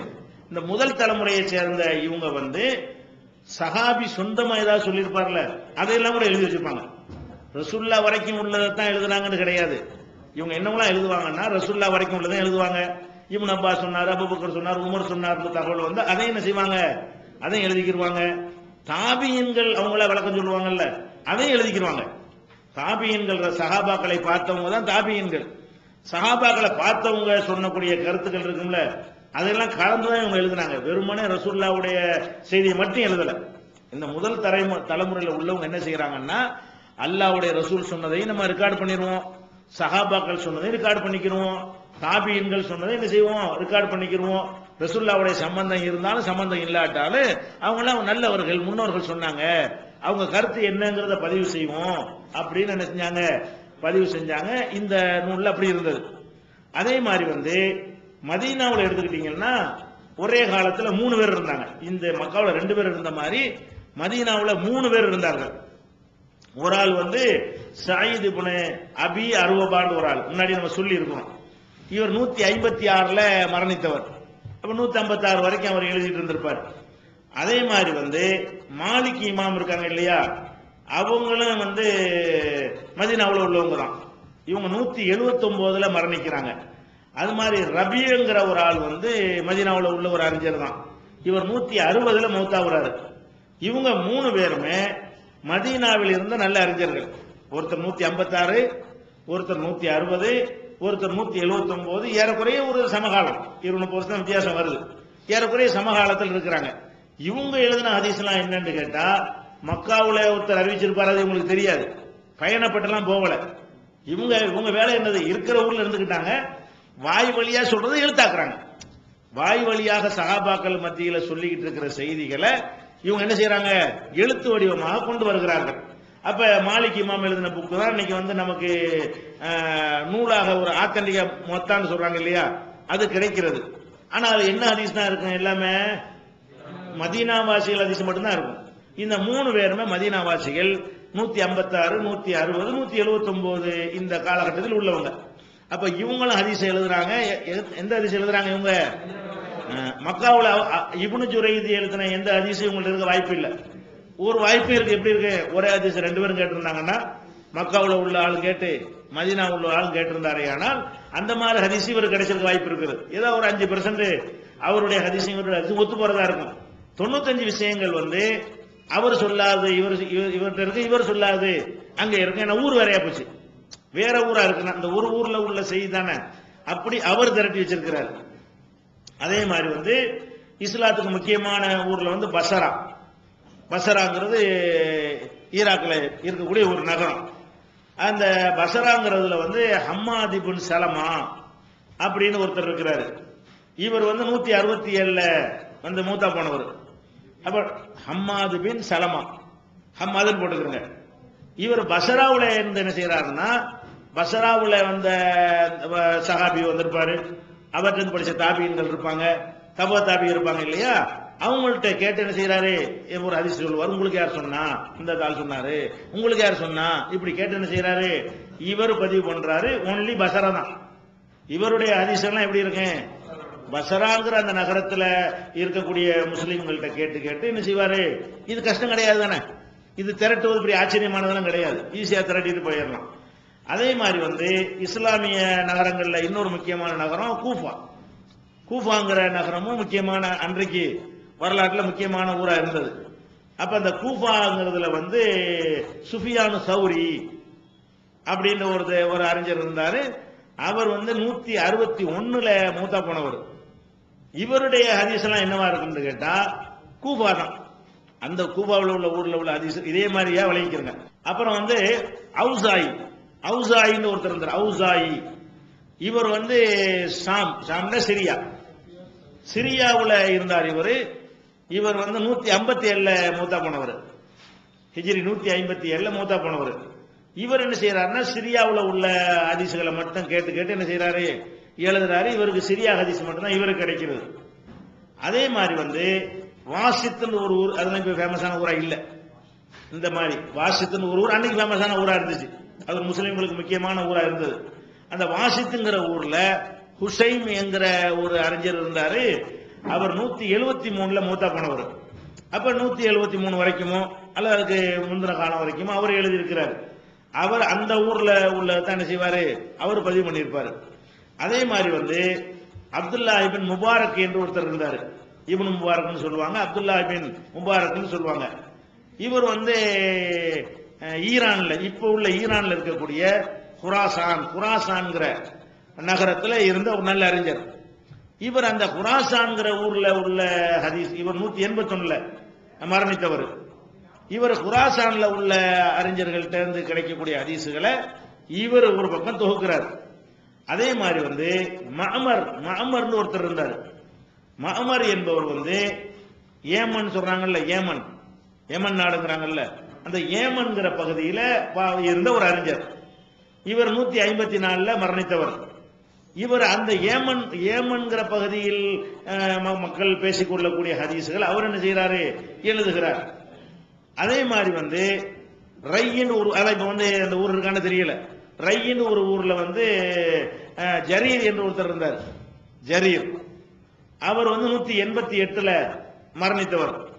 அவர் என்ன செய்யறாருன்னு கேட்டா, அந்த ரைங்கிற ஊர்ல இருந்த நல்ல அறிஞர்களுடைய ஹதீசுகள் எல்லாம் கேட்டு என்ன செய்யறாரு, எழுதுறாரு. அப்ப இது முதல் தலைமுறையில ஹதீஸுக்கு நூல் வடிவம் கொடுத்த முதல் தலைமுறையில அந்தந்த ஊர்க்காரங்க எழுதின ஹதீசுகள் தான். ஒவ்வொரு ஹதீஸும் என்னவா இருக்கு, அந்த ஊர்க்காரர் அந்த ஊர்ல உள்ளதை கேட்டு தொகுத்தாரே தவிர இதுக்காக மெனக்கடவோ பாடுபடவோ கிடையாது. அதே போல ரசூலுல்லாஹ்வுடைய ஹதீஸையும் மற்றவங்களுடைய சொல்லையும் பிரிச்சு எழுத கிடையாது. எல்லாருமே என்ன மாதிரி எழுதிவிட்டாங்கன்னு கேட்டா, ரசூலுல்லாஹ் சொன்னாலும் ஓகே, சஹாபி சொன்னாலும் ஓகேன்னு எல்லாத்தையும் புக்காகி வச்சுட்டாங்க. எல்லாத்தையும் என்ன செய்யணும், எழுத்து வடிவம் ஆக்கணும் அப்படின்னு செஞ்சாங்க. அதுல வந்து ஆட்களுடைய தராதரத்தை இவங்க பார்க்கல. இவங்க அந்த ஹதீஸை எழுதும் பொழுது சஹீஹ் லைஃப்னு சொல்றோம் இல்லையா, அதெல்லாம் கிடையாது. ஒருத்தர் சொன்னார்னா எழுதிக்கிடுவாங்க. ஒரு இப்ராஹிம் ஒருத்தர் இருக்காரு, அவர் ரசூலுல்லாஹ் சொன்னா சொல்வார், எழுதிக்கிடுவாங்க. உனக்கு யார்ப்பா சொன்னது, எனக்கு இந்த ஆள் சொன்னாரு, எழுதிக்கிடுவாங்க. அவருக்கு யார்ப்பா சொன்னது, அவருக்கு சஹாபி, எழுதிக்கிறோம். அவ்வளவுதான். இவரே நல்லவரா, அவர் கேட்டார், அவர் நல்லவரா, அவருக்கு எந்த அந்த மாதிரியான ஒரு விஷயங்கள் எல்லாம் என்ன செஞ்சதுல இவங்க இந்த முதல் தொடர்புல உள்ளவங்க செய்யல. அப்ப முதல் தலைமுறையில உள்ளவங்க என்னென்ன பண்ணாங்கன்னு கேட்டா, அதாவது ரசூலுல்லாஹ், சஹாபி, தாபியன்கள் எல்லாருடைய சொல்லையும் பதிவு பண்ணார்கள். அதனால நிக்கல. இந்த புகார்லாம் ஏன் நிக்குதுன்னு கேட்டா, இவங்க நிக்கிற மாதிரி எழுதல. எழுதுறாதான் நிக்கிற மாதிரி தயாரிச்சாலும் நிக்கும். காலத்தை கடந்து நிக்கிறதா இருந்தா அதுக்கு தகுந்த மாதிரி விமர்சனத்துக்கெல்லாம் அப்பாற்பட்டு எழுதுனா தான் அதெல்லாம் ஃபேமஸ் ஆகிருந்திருக்கும். அது நின்று இருக்கும். அதை ஆத்தன்டிக்கா மக்கள் எடுத்திருப்பாங்க. இவங்க என்ன இருக்கு, எடுத்தோம்னா என்னடா நல்லது இருக்கு பொல்லாதும் கலந்து இருக்குது, இதுல சஹாபி சொன்னதும் இருக்கு, ரசூல்லா சொன்னதும் இருக்குது, இதுல எந்த ஒரு பரிசீலனையும் இல்லாம ஆட்களை எடை போடாம எழுதி வச்சுக்கிறாங்க அப்படின்னு சொன்னா அதை எடுத்து படிச்சு அமல் செய்யறவங்க இருப்பாங்களா? பயப்படுவாங்க. நல்லது கெட்டது கலந்து இருந்தா அதை நம்பி நம்ம வழிகிட்டு போயிட்டா என்கிற மாதிரி வர்றதுனாலதான் இவங்க முன்னோடிகளா இருந்தாலும் அதெல்லாம் ஃபேமஸ் ஆகிக்கிறல. இல்லாட்டி அவங்க தான் புகாரி முஸ்லீம் மாதிரி அந்தஸ்துல நின்றுப்பாங்க. அந்த புகாரி முஸ்லீம் மாதிரி ஆன ஆட்கள் எந்த ஒரு வழிமுறையை கையில் எடுத்தாங்களோ அந்த வழிமுறையை என்ன செஞ்சாங்க, இவங்க எடுக்காம விட்டுட்டாங்க. ஆனால் இவங்க முதல்ல செஞ்சு வச்சுட்டாங்க. இதை ஃபர்ஸ்ட் விளங்கிக்கணும். இஸ்லாத்தை குர்ஆன் மற்றும் ஹதீஸ் வாயிலாக அறிந்திட அழகிய இணையதளமான onlinepj.com என்ற இணையதளத்திலிருந்து எடுக்கப்பட்ட இஸ்லாம், அரசியல் மற்றும் சமூக கேள்விகளுக்கான பதில்களின் ஒரு தொகுப்பு. கொள்கை விளக்கம், தொழுகை, நோன்பு, ஜக்காத், ஹஜ், அரசியல் மற்றும் பொதுவான பதில்கள் உள்ளிட்ட சுமார் 300 கேள்விகளுக்கான பதில்கள் அடங்கிய இந்த புத்தகத்தின் விலை ரூபாய் 150 மட்டுமே. தமிழ்நாடு தௌஹீத் ஜமாத்தின் புதிய வெளியீடு, மாதம் ஒரு பிரசுரம், கட்டுரைகளின் தொகுப்பு, விலை ரூபாய் 120 மட்டும். கிடைக்கும் இடம் TNTJ வீடியோ விஷன், எண் 30, அரண்மனைக்காரன் தெரு, மண்ணடி, சென்னை 1. செல் 9500168989. அடுத்து என்னன்னு கேட்டா இரண்டாவது தலைமுறை வருது. இது முதல் தலைமுறை. முதல் தலைமுறை என்ன, சொந்த ஊரில் உள்ள ஹதீசுகளை பதிவு செய்யறது. முதல் தலைமுறைன்னா என்ன அர்த்தம், அவரவர் ஊரில் கிடைத்த ஹதீசுகளை அவரவர் ஊருக்குள்ளே பதிவு செய்து வைத்துக் கொள்வது என்று வருகிறது. இப்ப என்ன ஆச்சுன்னு கேட்டா இந்த அடுத்த தலைமுறை இருக்காங்கல்ல, இவங்களுக்கு எல்லாமே இப்ப கிடைச்சு போயிடும். இவங்க இரண்டாவது தலைமுறைக்காரங்களுக்கு என்ன செய்யும், மக்காவுக்கு போய் ஒரு ஆளுடைய புக்கு வாங்கிட்டா மக்காவோட எல்லா ஹதீஸும் கிடைச்சு போயிடும். மதீனாவுக்கு போய் ஒரு ஆளுடைய புக்கு வாங்கிட்டோம்னா மதீனா ஹதீஸ் எல்லாம் கிடைச்சு போயிடும். அடுத்த தலைமுறை என்ன செய்யறாங்கன்னா, இவங்க தேடி போயெல்லாம் துவக்க கிடையாது. இந்த ஊருக்கு ஊர் உள்ள மேட்டர் இருக்குல்ல, அந்த ஊருக்கு ஊர் உள்ள அந்த ஹதீஸுகளை கையில் எடுத்து வைத்துக் கொண்டு வகைப்படுத்துறாங்க. அந்த ஹதீஸுகளை எல்லாம் எடுத்துக்கிறாங்க. இப்னு ஜுரைஜுடையது, ஜரீருடையது, அப்துல்லா இப்னு முபாரக்குடையது, ஒவ்வொரு தௌசாயுடையது, சுபையான் தௌருடையதெல்லாம் அந்த பிரதிகள்லாம் எடுத்துக்கொண்டு அவங்க என்ன செய்யறாங்கன்னு கேட்டா ஒரு தலைப்பு வாரியாக அவங்க அதை வகைப்படுத்துறாங்க. தலைப்புன்னு சொன்னா பாடத்தலைப்பு இல்ல. பாடத்தலைப்பா இல்லாம என்ன செய்யறாங்கன்னா, அபூபக்கர் வழியாக அறிவிக்கப்படுபவை, உமர் வழியாக அறிவிக்க தலைப்பே அதான். தலைப்பு எப்படி அவங்க ஊர்வாதியை போட்டிருந்தாங்கல்ல அப்படி விட்டுவிட்டு அதுல அப்படியே மக்காவாசி அறிவிச்சிருப்பாங்கல்ல, அந்த ஹதீஸ்ல எதெல்லாம் அபூபக்கருக்கு போகுது அதையெல்லாம் பிரிச்சு எடுத்துருவாங்க. மதீனாவுல எழுதி வச்சிருப்பாங்கல்ல, அதுல ஏதாவது அபூபக்கர் சொல்லியிருப்பார்ல, அபூபக்கர் அதை எடுப்பாங்க. இப்படி அத்தனை ஒரு ஹதீஸையும் எடுத்து வைத்துக் கொண்டு என்ன செய்யறாங்க, அதாவது அந்த சஹாபி தலைப்பே எப்படி வரும்னா, உமர் அறிவித்தவை, இப்னு அப்பாஸ் அறிவித்தவை, அப்துல்லா இப்னு உமர் அறிவித்தவை என்ற தலைப்பு கொடுத்து என்ன செய்யறாங்க, அதாவது ஒரு சஹாபி வழியாக என்னென்ன ஹதீஸ் கிடைத்ததோ அதை தலைப்புப்படுத்துறாங்க. ஊர் வழியா இருந்ததை எடுத்து அனைத்து ஊரார்களுடைய ஹதீஸையும் தொகுத்து வைத்துக் கொண்டு மக்காவில் கிடைத்தது மதீனாவில் கிடைத்தது தேவையில்லை, தனித்தனி தான் இருக்குது. மக்காவில் கிடைத்தவை மதீனாவில் கிடைத்தவைங்கிறது நூலா இருக்கிறதுனால வேற ஒரு விதமா நம்ம வகைப்படுத்துவோம். ஆனா இவங்களுக்கு போய் அலைய வேண்டியதில்லை. இவங்க போய் அலைஞ்சு இப்படி அது மாதிரிலாம் பண்ண தேவை கிடையாது. ஏன்னாட்ட அவங்க சொந்த ஊர்க்காரங்களே அதை உழைத்து ரெடி பண்ணி வச்சிருக்கிறாங்க. அந்தந்த ஊர்க்காரங்களே ஹதீஸ்களை தொகுத்து வச்சிருக்கிறதுனால அதை எடுத்துக்கிட்டு என்ன செய்யறாங்க, ஆட்கள் வழியாக, அதாவது சஹாபி இருக்காருல்ல, அந்த சஹாபிய மையமாக வைத்து எந்த ஹதீஸா இருந்தாலும் சஹாபிட்டு தானே போகும். அபூ ஹுரைரா அறிவித்தவைன்னு தலைப்பு கொடுத்துருவாங்க. அபூ ஹுரைராட்டிலிருந்து வந்த ஹதீஸ்கள் பூராத்தையுமே இந்த பிரதிகள்ல இருந்து, மதீனா பிரதி, குராசான் பிரதி, மக்கா பிரதி, ரை பிரதி, கூஃபா பிரதி, பசரா பிரதி எல்லாத்தையும் வைத்துக் கொண்டு என்ன செய்யறது, சஹாபாக்களுடைய வழியாக வந்ததெல்லாம் என்ன செய்யறாங்க அவங்க எழுதுறாங்க. இந்த மாதிரி பிரிக்கப்பட்ட நூலுக்கு பேர் முஸ்னதுமாங்க. நூல்களுக்கு கூட வகை இருக்குது.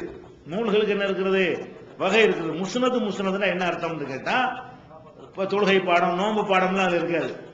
பாடம் என்னவா இருக்கு, அபூபக்கர் அறிவித்தவை, உமர் அறிவித்தவை, சஹாபில இருந்து ஆரம்பிப்பாங்க. உமர் அறிவித்தவை, உஸ்மான் அறிவித்தவை, அலி அறிவித்தவை, இப்படி எழுதப்படுற நூலுக்கு பேர் என்னது, முஸ்னத். முஸ்னத் அகமதுலாம் சொன்னா முஸ்னதுங்கிற வார்த்தையை வச்சு நீங்க விளங்கிக்கணும். ஒரு நூலுக்கு முஸ்னதுன்னு பேரை கொடுத்தா என்ன அர்த்தம்? அந்த தலைப்பை அப்படி அமைச்சிருப்பாரு. வணங்குதா? எந்த சஹாபாக்களுக்கு வந்து ஹதீஸ் அறிவிக்கலையோ அவங்க எல்லாம் அதுல வரமாட்டாங்க. சில சஹாபாக்கள் ஹதீஸ் அறிவிச்சிருக்க மாட்டாங்க இல்லையா? அந்த மாதிரி ஆட்கள்லாம் வரமாட்டாங்க. ஹதீஸுகள் யார் அறிவித்தாங்களோ அந்த சஹாபிகள் பேர்ல என்ன செஞ்சாங்க? நூல்களை எழுதுறாங்க. எங்க இருந்து எழுதுறாங்க? இதுல இருந்துதான். அந்த ஊரார்கள் திரட்டி வச்சிருந்தாங்க இல்லையா? அந்த திரட்டி வச்சதை வைத்துக் கொண்டு இப்ப உதாரணமா எடுத்துக்கிறோமே, இப்ப அகமது பின் ஹம்பல் இருக்காருன்னு கேட்டா மக்காவுடைய ஹதீஸ் பூராமே அந்த ஜுரைஜ்ங்கிறவர் தானே வந்து எழுதுறாரு. இப்னு ஜுரைஜ் எனக்கு இப்னு ஜுரைஜ் சொன்னார்னு சேர்த்துக்கிறார். அவ்வளவுதான். இப்னு ஜுரைஜ் சொன்னார். அப்படி அவர் இப்னு ஜுரைஜுக்கு போயிட்டாலே அவ்வளவு ஹதீஸ் அவருக்கு கிடைச்சு போயிடும். இப்னு ஜுரைஜ்னு போட்டா மக்கா ஹதீஸ் பூரா அவருக்கு கிடைத்து போய்விடும். அப்ப அந்த இவர் போய் தாபியின் வரைக்கும் போயெல்லாம் தேடுறது கிடையாது. இவருடைய வேலை என்ன? அஹ்மது பின் ஹம்பலுடைய வேலை என்னன்னு கேட்டா தலைப்பை பிரிக்கிறார். சஹாபாக்கள் வழியாக கிடைத்தது, ஒவ்வொரு சஹாபிட்ட இருந்து கிடைச்சதுன்னு பிரிக்கிறார். இந்த மாதிரி முஸ்னதுகளை நிறைய பேர் எழுதுனாங்க. முக்கியமான ஆளுக்கு என்னன்னா அப்துல்லா, அதாவது அஹ்மது பின் ஹம்பலுடையது ரொம்ப ஃபேமஸா இருக்கிறது. இதே மாதிரி அப்துல்லா பின் மூசான்னு ஒரே காலங்கள்லாம் இவங்கெல்லாம் அந்த 150 இருந்து 200 உள்ளவங்க தான். அப்துல்லா பின் மூசாங்கிற ஒரு ஆளு, முசத்தத்னு ஒரு ஆளு, அசத் பின் மூசான்னு ஒரு ஆளு, நுஐம் பின் ஹம்மாத்னு ஒரு ஆளு, இஸ்ஹாக் பின் ராகவைஹின்னு ஒரு ஆளு, உஸ்மான் பின் அபி ஷைபான்னு ஒரு ஆளு, அஹ்மது பின் ஹம்பல் இவங்க எல்லாம் முஸ்னத் எழுதுறாங்க. இரண்டாம் தலைமுறை எழுதின நூல்களுக்கு பேர் என்னது? முஸ்னத். முஸ்னத்னா அதாவது ஊர் வாரியாக இருந்த ஹதீஸுகளை ஆட்கள்னா சஹாபாக்கள் வழியாக என்ன செய்யறாங்க? இவங்க எழுதுறாங்க. அப்ப அது போக என்ன செய்யறாங்கன்னு கேட்டா அந்த இதெல்லாம் மைனஸ் பண்றாங்க. எதை? முஸ்னது எழுதுறாங்க பிளஸ் வந்து சஹாபி சொன்னா நீக்கிறாங்க. தாபியன்கள் ஃபத்வாயில நீக்கிறாங்க. அது நமக்கு என்னத்துக்கு? இப்ப ஜுரைஜுடைய இப்னு ஜுரைஜ் கிதாப் எடுத்து வச்சுக்கிறாங்க. எடுத்து வச்சுக்கிட்டு அவர் என்ன எழுதி வச்சுக்கிறாரு? ரசூலுல்லாஹ் சொன்ன எழுதி வச்சுக்கிறாரு, சஹாபாக்களுடைய சொந்த கருத்தை எழுதி வச்சுக்கிறாரு, தாபியன்களுடைய சொந்த கருத்தை எழுதி வச்சுக்கிறாரு. இதை போய் மக்கள்கிட்ட கொண்டு போனா பயங்கரமா குழம்பு போயிருவாங்க. அவர் இப்படி சொன்னாரு, அவர் இப்படி சொன்னாரு, 40 கருத்தா போயிடும். இதை கருத்துல கொண்டு என்ன செய்யறாங்கன்னா நமக்கு ஏன் சஹாபிலாம் அப்பவே தள்ளிடுறாங்க. இப்ப நம்ம சஹாபாக்களை பின்பற்றலாங்கிறாங்க. முதல் காலத்துல எழுதுனாங்க. அஹ்மது பின் ஹம்பல் அந்த காலகட்டத்தில் என்ன பண்ணிடுறாங்கன்னா பிரிச்சிடுறாங்க. மக்கா ஹதீஸ், மதீனா ஹதீஸ் எல்லாம் எடுத்துக்கிட்டு சஹாபி வாரியாவும் தலைப்பை போட்டுட்டு, சஹாபி அறிவிப்பாளருக்கு தான் சஹாபி, சொந்த கருத்து சொன்னா வரமாட்டாரு. அபூபக்கர் வழியாக அறிவிக்கிறேன்னா ரசூலுல்லாஹ் சொன்னதாக அபூபக்கர் சொல்லி இருக்கணும். அதைத்தான் அபூபக்கர் சொந்தமா சொன்னா வராது. அபூபக்கர் வழியாக அறிவிக்கப்படுவதான தவிர அபூபக்கர் சொன்னது இருக்காது. உமர் வழியாக அறிவிக்கப்படுவதுதானே தவிர உமருடைய கருத்தை நீக்கிடுவாங்க. அப்ப தாபியன்களுடைய ஃபத்வாவெல்லாம் அதுல இருந்துச்சு. எதுல? அந்த ஊர்க்காரங்க எழுதின ஹதீஸ் இருந்துச்சுல, அதெல்லாம் கழிச்சுட்டாங்க. அதெல்லாம் நீக்கிவிட்டு என்ன செய்யறாங்கன்னா நம்ம வந்து ரசூலுல்லாஹ்வுடைய இதை மட்டும்தான் எழுதணுங்கிற அடிப்படையிலையும் செய்யறாங்க. அது ஒரு வேலையை செய்யறாங்க. ஆனால் என்ன செஞ்சிட்டாங்கன்னா இது ஒரு நல்ல வேலை. அது அவங்க செஞ்ச வேலையில இருந்து கொஞ்சம் மெருகேத்துன ஒரு வேலை தானே இது. இதை கழிச்சுட்டாங்கல்ல, ரசூலுல்லாஹ் சம்பந்தம் இல்லாதெல்லாம் கழிச்சு விட்டாங்க. அது ஒரு நல்ல வேலை. ஒரு ஊர்ல கிடைச்ச ஹதீசுகள் இல்லாம அனைத்து ஊருடைய ஹதீசுகளையும் தொகுத்து ஒரு இடத்துல கொண்டாந்து சேர்ப்பது வந்து நமக்கு பெரிய வசதி. இப்ப எல்லா ஊர் ஹதீஸ் நம்ம கிடைச்சிரும்ல. 7-10 புஸ்தகம் வாங்குறதுக்கு பதிலா ஒரு புஸ்தகங்கள் அப்படி கிடைச்சு போயிருதுல. அது ஒரு நல்ல ஒரு வேலையை செஞ்சாங்க. ஆனா இந்த ஆட்களை அடிப்படையாக வைத்து தள்ளுபடி செய்யல. ஆனா அந்த கலையை சொன்னாங்க. அஹ்மது பின் ஹம்பல்ல இருந்து எல்லாரும் நினைச்சாங்க சரியான ஆளாக தான் ஏத்துக்கிறோம். பேசும்பொழுது பேசுவார்களே தவிர நூல்ல பதிவு பண்ணும் போது இந்த நூலில் நான் சரியானதை மட்டும்தான் பதிவு செய்கிறேன் அப்படின்ற கொள்கை அந்த காலத்தில் இல்ல. அவங்களே எழுதி வைத்துக் கொண்டு இது சரியில்லைன்னு சொல்லுவாங்க. அஹ்மது பின் ஹம்பலே என்ன செய்வாரு? அவரே நல்லதை எழுதிக்கிறாரு, கெட்டதை எழுதிக்கிறாரு. ஆனா என்ன செய்வாரு? இந்த ஹதீஸ் வந்து சரியில்லைன்னு சொல்லுவாரு, ஆனா பதிவு பண்ணிடுவாரு. அப்ப அந்த முஸ்னது எழுதினவங்க எல்லாம் என்ன பண்றாங்கன்னு கேட்டா ரசூலுல்லாஹ்வுடையதையும் மட்டும் தனியா பிரிச்சுட்டாங்களே தவிர அதுல ஆத்தன்டிக்கான ஆட்கள் அறிவித்ததுன்ற வகையில் அவங்க என்ன செய்யல, பார்க்கல. அந்த எல்லா புக்கும் எடுத்துக்கிட்டாலும் இப்ப அகமது இமாம் எழுதினார்ல, அந்த அகமது எழுதினார் அவ்வளவுதான் இருக்கும். அதுக்கு பேர் முஸ்னது அகமது. அதுக்கு பேர் என்னது? முஸ்னது அகமது. இஸ்ஹாக் ராகவைக்கு எழுதினார்னா முஸ்னது இஸ்ஹாக்ன்றாங்க. ஜரீர் எழுதினார்னா முஸ்னது ஜரீர்ன்றாங்க. அப்ப வந்து இந்த மாதிரியான ஒரு அடிப்படையில் இருந்ததுனால அவங்க நூலுக்கு, ஏன்னா இந்த காலத்துல புக்குக்கு பேர் விற்பனை காலமா இருக்குதுல்ல, விற்கிற காலமா இருக்கிறதுனால புக்குக்கு எல்லாம் இப்படி பேரை கொடுத்து அப்படி செஞ்சுக்கிட்டு இருக்கிறோம். ஆனால் வந்து பெரும்பாலும் என்னன்னா அந்த ஆள்க பேர்ல தான் என்ன செய்வாங்க, அந்த நூல்களையும் வச்சுக்கிடுவாங்க. அவங்களே இந்த பேரை வச்சாங்களா மக்கள் வச்சுக்கிட்டாங்களான்னு தெரியல. நான் என்ற இந்த நூலுக்கு இப்படி பேர் வச்சேன்னு ஒரு வார்த்தையெல்லாம் அவங்க சொல்ல மாட்டாங்க. அது மக்கள்கிட்ட எப்படி அது பேர் அறிமுகமாகுதோ அதான் பேருண்டு ஆயிடும். மக்கள்கிட்ட அப்படி அறிமுகமாகும் அந்த பேர் அதிகம். இப்ப திருமதிங்கிறோம், அவர் அந்த நூலுக்கு என்ன பேர் வச்சாருன்னு தெரியல, அவர் பேர்ல சொல்லிட்டு இருக்கோம். திருமதிங்கிறது அவர் அந்த திருமதிங்கிற ஊரை சேர்ந்தவர். நம்ம கித்தாபு பேர் என்ன செஞ்சிட்டு இருக்கிறோம், திருமதிங்கிறோம். அப்படி மக்கள்கிட்ட போய்விட்டது. மக்கள்கிட்ட போனதை வச்சுதான் அது பேர் நிக்குதே தவிர, எந்த ஒரு ஹதீஸ் கித்தாபை முஸ்னத் அகமது எடுத்து பாத்தீங்கன்னா இதற்கு நான் இப்படி பேர் வச்சேன்னு சொல்லவே மாட்டார். நம்ம அட்டையில போட்டிருப்போம், அட்டையில போற நம்ம வேலை கிடையாது. அவர் அங்க சொல்லியே இருக்குமா நூலின் பெயர், அப்ப பக்கங்கள் நம்ம போறோம் அந்த காலத்துல, நூலின் பெயர் பக்கம் இத்தனை விலை இவ்வளவு அதெல்லாம் போடுவாங்க அந்த காலத்துல. அதெல்லாம் ஒண்ணும் கிடையாது. அவங்க அல்ஹம்துலில்லாஹி ரப்பில் ஆலமீன் சொல்லி செய்தி சொல்லிட்டே போயிடுவாங்க. அப்ப நூல்களுக்கு பேரெல்லாம் வந்து அந்த அவங்க வைக்காத காரணத்தினால அவங்களுடைய ஆட்கள் பேர்லையும் அல்லது அந்த நூலுடைய வகை, அந்த வகையும் ஆளையும் சேர்த்துக்குவாங்க. முஸ்னத் அகமது, முஸ்னது இப்னு அபி ஷைபா, அப்படி முஸ்னத் அபு ஹாத்தம், இப்படின்னு அந்த முஸ்னதையும் சேர்த்துருவாங்க. முஸ்னது எதுக்கு வைக்கிறாங்கன்னு கேட்டா அந்த அந்த அந்த அந்த வகை சஹாபி வரியா வருதுல, அப்படி வர்றதுனால முஸ்னதுன்னு பேர் வச்சுட்டாங்க. நோட்ல பண்ண மாட்டாரு, அவர் நோட்டே பண்ண மாட்டாரு. அவர் கிளாஸ் நடத்துவார். ஹதீஸ் ஒரு பக்கம் எழுதிட்டு முஸ்னத் அகமது பின் ஹம்பல் மாதிரியான ஆளுக்கு வந்து மக்களுக்கு டெய்லி பாடம் நடத்துவாங்க. அதுல வந்து ஹதீஸ்கள் நடத்தும் பொழுது அவங்க நூல்ல உள்ள ஹதீஸை வச்சு அவங்கள விமர்சிச்சுக்கிடுவாங்க.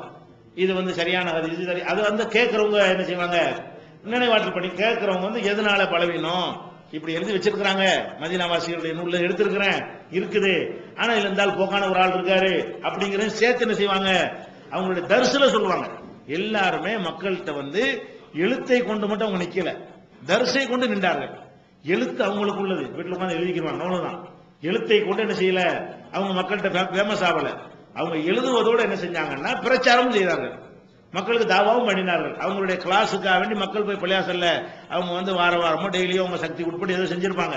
அவங்க மக்கள் நிறைய குழுமும் போது என்ன செய்யும், அப்ப ரசூலுல்லாஹ் சொன்னதை பற்றி அவங்க விளக்கும் போது, தொழுகை பற்றி சட்டத்திட்டங்களை பற்றி விளக்கும் போது, இப்படி ஒரு செய்தி இருக்கு, இப்படி ஒரு செய்தி இருக்கு, இது சரியானது, இது சரியில்லைன்னு விளக்குவாங்க. அப்பதான் தெரியும் அவர் புக்கில் உள்ளதையும் விமர்சிக்கிறார்கள். அவர் புக்கில் இது இருக்கு, புக்கில் குறிப்பிடவே மாட்டார். முஸ்னத் அகமது எடுத்துக்கிட்டீங்கன்னா இந்த புக்கில் இது லைஃப்னு என்ன செய்ய மாட்டார், குறிப்பிடவே மாட்டார். ஆனா நல்ல வேலை அவர் செஞ்சது, நல்ல வேலை தான். ஒரு அளவுக்கு ஒரு ஃபில்டர் பண்ணி எடுத்திருக்காருல்ல, அது மாதிரி செஞ்சிருக்காங்க. ஆனா லைஃபு செய்யலாம் நினைஞ்சிருக்குது, கலந்து இருந்தது. அப்ப என்ன செய்யறாங்கன்னா, உதாரணமா அந்த முஸ்னத் அகமது பின் ஹம்பல் இருக்காரு இல்லையா, அவருடைய கிளாஸ்ல தான் புகாரிலாம் மாணவராக இருக்கிறார். அவருடைய தரிசனம் நடத்துவார் இல்லையா, அதுல வந்து புகாரி முஸ்லீம் அவங்க எல்லாம் அவருடைய மாணவர் ஸ்டூடெண்ட் தான். புகாரி முஸ்லீம் எல்லாம் சொல்றோமே எல்லாமே அவருடைய நூல்ல அவர் செய்யல, அவருடைய பேச்சுல சொன்னார் பாருங்க, அதை பிடிச்சிட்டாங்க அவங்க. புகாரி முஸ்லீம்லாம் யாருன்னு கேட்டா அகமது பின் ஹம்பலுடைய மாணவர் தான். அப்ப மாணவரா இருக்கும் போது என்ன செய்வார் அவரு, அவருடைய நூல்கள் அவங்களுக்கு ஓடுது. அப்பயே நம்ம ரெண்டையும் போட்டு எழுதணும், கரெக்டா எழுதிக்க வேண்டியான அவங்க நினைப்பாங்களா இல்லையா. இவரே புக்லையும் எழுதி வச்சுக்கிட்டு இது சஹிங்கிறாரு, லைஃப்ங்கிறாரு, எழுதி வர வச்சுக்கிறாரு, குறிப்பிடவும் மாட்டேங்கிறாரு, இது மக்கள்கிட்ட போன குழப்பத்தில் உண்டாக்கும் என்கிற சிந்தனை அவங்களுக்கு வர்ற மாதிரி அவருடைய தரிசு இருக்கும். அவருடைய பாடம், தரிசன பாடம், அவர் பாடம் நடத்தும் போது என்ன செய்வார்னு கேட்டா எல்லா ஹதீசுகளையும் சொல்லி சொல்லி அந்த காலத்தில் மனப்பாடம் தான், அப்படி நினைவாற்றல சொல்லுவாங்க. அப்ப இந்த ஆளு சரியில்லை, இவர் தேர்ந்து அறிவிக்கிறாரு, இவர் பிறந்ததுக்கு அவர் பிறந்ததுக்கு சம்பந்தமே இல்லை, சந்திச்சே இருக்க மாட்டாங்க அப்படிலாம் காரணம் சொல்லுவாரு. நான் வந்து ஒரு ஆள்கிட்ட அறிவிச்சேன்னு சொன்னா என் காலம் அவர் காலம் ஒத்துருக்கணுமா இல்லையா. அவர் மூத்தா போய் 10 வருஷம் பிறகு நான் பிறந்துவிட்டு நான் அவர்கிட்ட அறிவிக்க முடியுமா? இதெல்லாம் தேடி எடுத்து அகமது பின் ஹம்பல் சொல்லுவார், இது மாதிரி சரியில்லை. இதெல்லாம் ஒரு புகாரி மாதிரியான மாணவர்கள் என்ன செய்வாங்க, நோட் பண்ணிக்கிடுவாங்க. அப்ப என்ன செய்யறாங்கன்னா அவர் தெரிந்த இந்த பாடம் கற்றவர்கள் இதுல நம்ம கூடுதல் நம்ம தொண்டு செய்யணும். எப்படி வந்து ஊரார்களுடைய ஹதீஸை முஸ்னத் வகையில ஆக்கி ஒரு தொண்டு செய்தார்களோ நாம என்ன செய்யணும், அதை விட சிறந்த தொண்டு செய்யணும். அது மக்களுக்கு வந்து முடிஞ்ச அளவுக்கு நம்ம சக்திக்கு உட்பட்டு ஃபில்டர் பண்ணி எது சரியோ அதை நம்ம தொகுத்தா என்ன, நம்ம ரெண்டையும் போட்டு கலந்து வைக்கணும். எது நமக்கு ஆத்தன்டிக்கா கரெக்டா தெரிகிறதோ அதை பதிவு பண்ணா என்ன என்கிற சிந்தனை புகாரி முஸ்லிம் போன்ற அறிஞர்களுக்கு உண்டானதுக்கு காரணம் அகமது பின் ஹம்பல் தான். அவருடைய அந்த ஆய்வும் அவருடைய கிளாஸும் அவருடைய அகமது பின் ஹம்பல் மட்டும் இல்லாம இதே அகமது பின் ஹம்பலுடைய காலத்துல தான் யஹ்யா பின் முயின் இருக்கிறார். யஹ்யா பின் முயின், அலி பின் மதீனி, இவங்க எல்லாம் ஒரே காலத்துல உள்ளவங்க.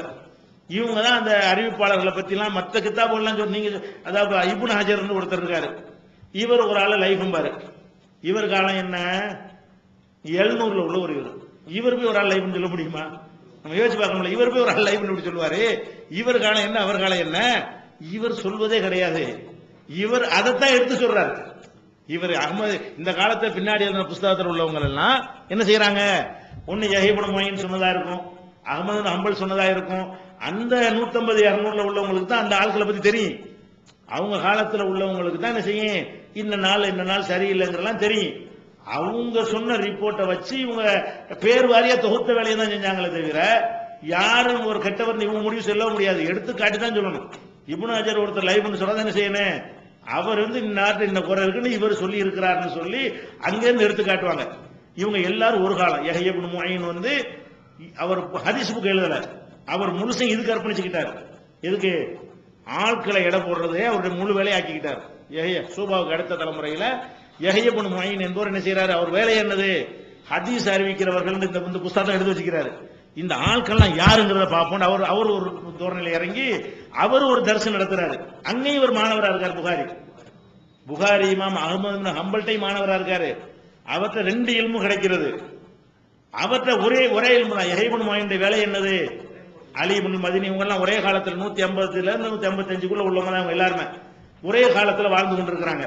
அவர் என்ன செய்யறாருன்னு கேட்டா, இந்த ஆட்களுடைய வரலாறு, அவங்க நம்பகத்தன்மை, எப்ப பிறந்தாங்க எப்ப இறந்தாங்க, அவங்க வாப்பா பேர் வரைக்கும் தகவல் என்ன செய்யறாரு, இது ஈஸி. 2 தலைமுறைக்கு எடுக்கிறது ஈஸி. அவங்களும் மனப்பாடம் ஒரு சொல்லுவாங்க. அரபுகள் என்ன செய்வாங்க, ஒரு ஆளுக்கு சொன்னார்னு சொன்னா வாப்பா அம்மா வரைக்கும் தாத்தா வரைக்கும் சொல்லுவாங்க, பழக்கம் இருந்துச்சு. அந்த மாதிரி இருந்த காரணத்தினால அப்படி இருக்கும் பொழுது இந்த மூணாம் தலைமுறை இப்பதான் வருது.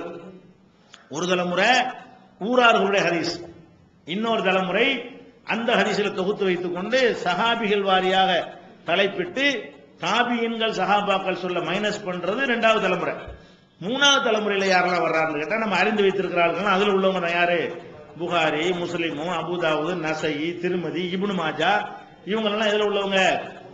இதுல 3ஆம் தலைமுறை. அந்த ரசூலுல்லாஹ் காலத்துல நிறுத்த இவங்க 5வது தலைமுறைக்கு வருவாங்க, 6வது தலைமுறைக்கு வருவாங்க. இது ஹதீஸுடைய தொகுத்த தலைமுறைகளை எடுத்துக்கிட்டீங்கன்னா இவங்க யாரு, 3வது தலைமுறை. இவங்க என்ன செஞ்சாங்க, இந்த விவரங்களை என்ன செய்வோம் நாளைக்கு பார்ப்போம். எல்லா டவுட்டையும் தீர்க்கிற அளவுக்கு அனைத்து செய்து உங்களுக்கு என்ன செய்வோம் தருவோம். வருஷம் கொஞ்சம் முன்னப்பினையா இருக்கு, ஆனா அனைத்து தகவலும் உங்களுக்கு கிடைக்கிற மாதிரி செய்வோம். நல்ல கவனமா என்ன செய்யுங்க மனசுல. தமிழ்நாடு தௌஹீத் ஜமாஅத்தின் அரும் பணிகள், இஸ்லாம் கூறும் அனைத்து பணிகளையும் குர்ஆன் மற்றும் நபி வழியின் அடிப்படையில் செயல்படுத்தும் முதன்மையான அமைப்பு தமிழ்நாடு தௌஹீத் ஜமாஅத். பிற மத மக்களுக்கு இஸ்லாத்தை எடுத்துரைக்க அழைப்பு பணி. இஸ்லாத்தை ஏற்றுக்கொண்டவர்களுக்காக அனைத்து உதவிகளுடன் முற்றிலும் இலவசமாக ஆண்களுக்கும் பெண்களுக்கும் என தனித்தனி பயிற்சி மையங்கள். முஸ்லிம் சமுதாயத்தில் காணப்படும் பலவித தீமைகள் மற்றும் மூட நம்பிக்கைகளை களைவதற்கு பொதுக்கூட்டங்கள், மாநாடுகள் போன்ற பல்வேறு நிகழ்ச்சிகள், வரதட்சணை ஒழிப்பு பற்றிய விழிப்புணர்வு கூட்டங்கள் மற்றும் வாங்கிய வரதட்சணையை திருப்பிக் கொடுக்கும் நிகழ்ச்சிகள், உயிர்காக்கும் இரத்த தானங்கள், இலவச மருத்துவ முகாம்கள் மற்றும் ஆம்புலன்ஸ் சேவைகள், ஏழை எளிய மாணவ மாணவிகளுக்கு இலவச நோட்டு புத்தகங்கள், இலவச சீருடைகள், நோன்பு பெருநாளை மகிழ்ச்சியுடன் கொண்டாட ஃபித்ரா விநியோகம் மற்றும் ஹஜ் பெருநாளின் போது கூட்டு குர்பானி திட்டம், இன்னும் ஏராளமான பணிகளை செய்து வரும் தமிழ்நாடு தௌஹீத் ஜமாஅத் எந்த வெளிநாட்டு அரசிடமிருந்தோ அல்லது எந்த வெளிநாட்டு நிறுவனங்களிடமிருந்தோ உதவிகளை பெறுவதில்லை என்பதை கொள்கையாக கொண்டுள்ளது. எனவே மறுமையில் மகத்தான கூலியை பெற்றுத்தரும் இந்த அரிய பணிக்கு உங்களது ஜகாத் மற்றும் நன்கொடைகளை வாரி வழங்குவீர். உங்களது நன்கொடைகளை டிடியாகவோ செக்காகவோ மணி ஆர்டராகவோ அனுப்பலாம். டிடி அனுப்புபவர்கள் தமிழ்நாடு தௌஹீத் ஜமாஅத் வங்கி கணக்கு எண் 7882748827 இந்தியன் வங்கி மண்ணடி கிளை என்ற பெயரில் எடுத்து அனுப்ப வேண்டிய முகவரி தமிழ்நாடு தௌஹீத் ஜமாஅத் மாநில தலைமையகம் 30 அரண்மனைக்காரன் தெரு, மண்ணடி, சென்னை 1. போன் 044252152226. Allah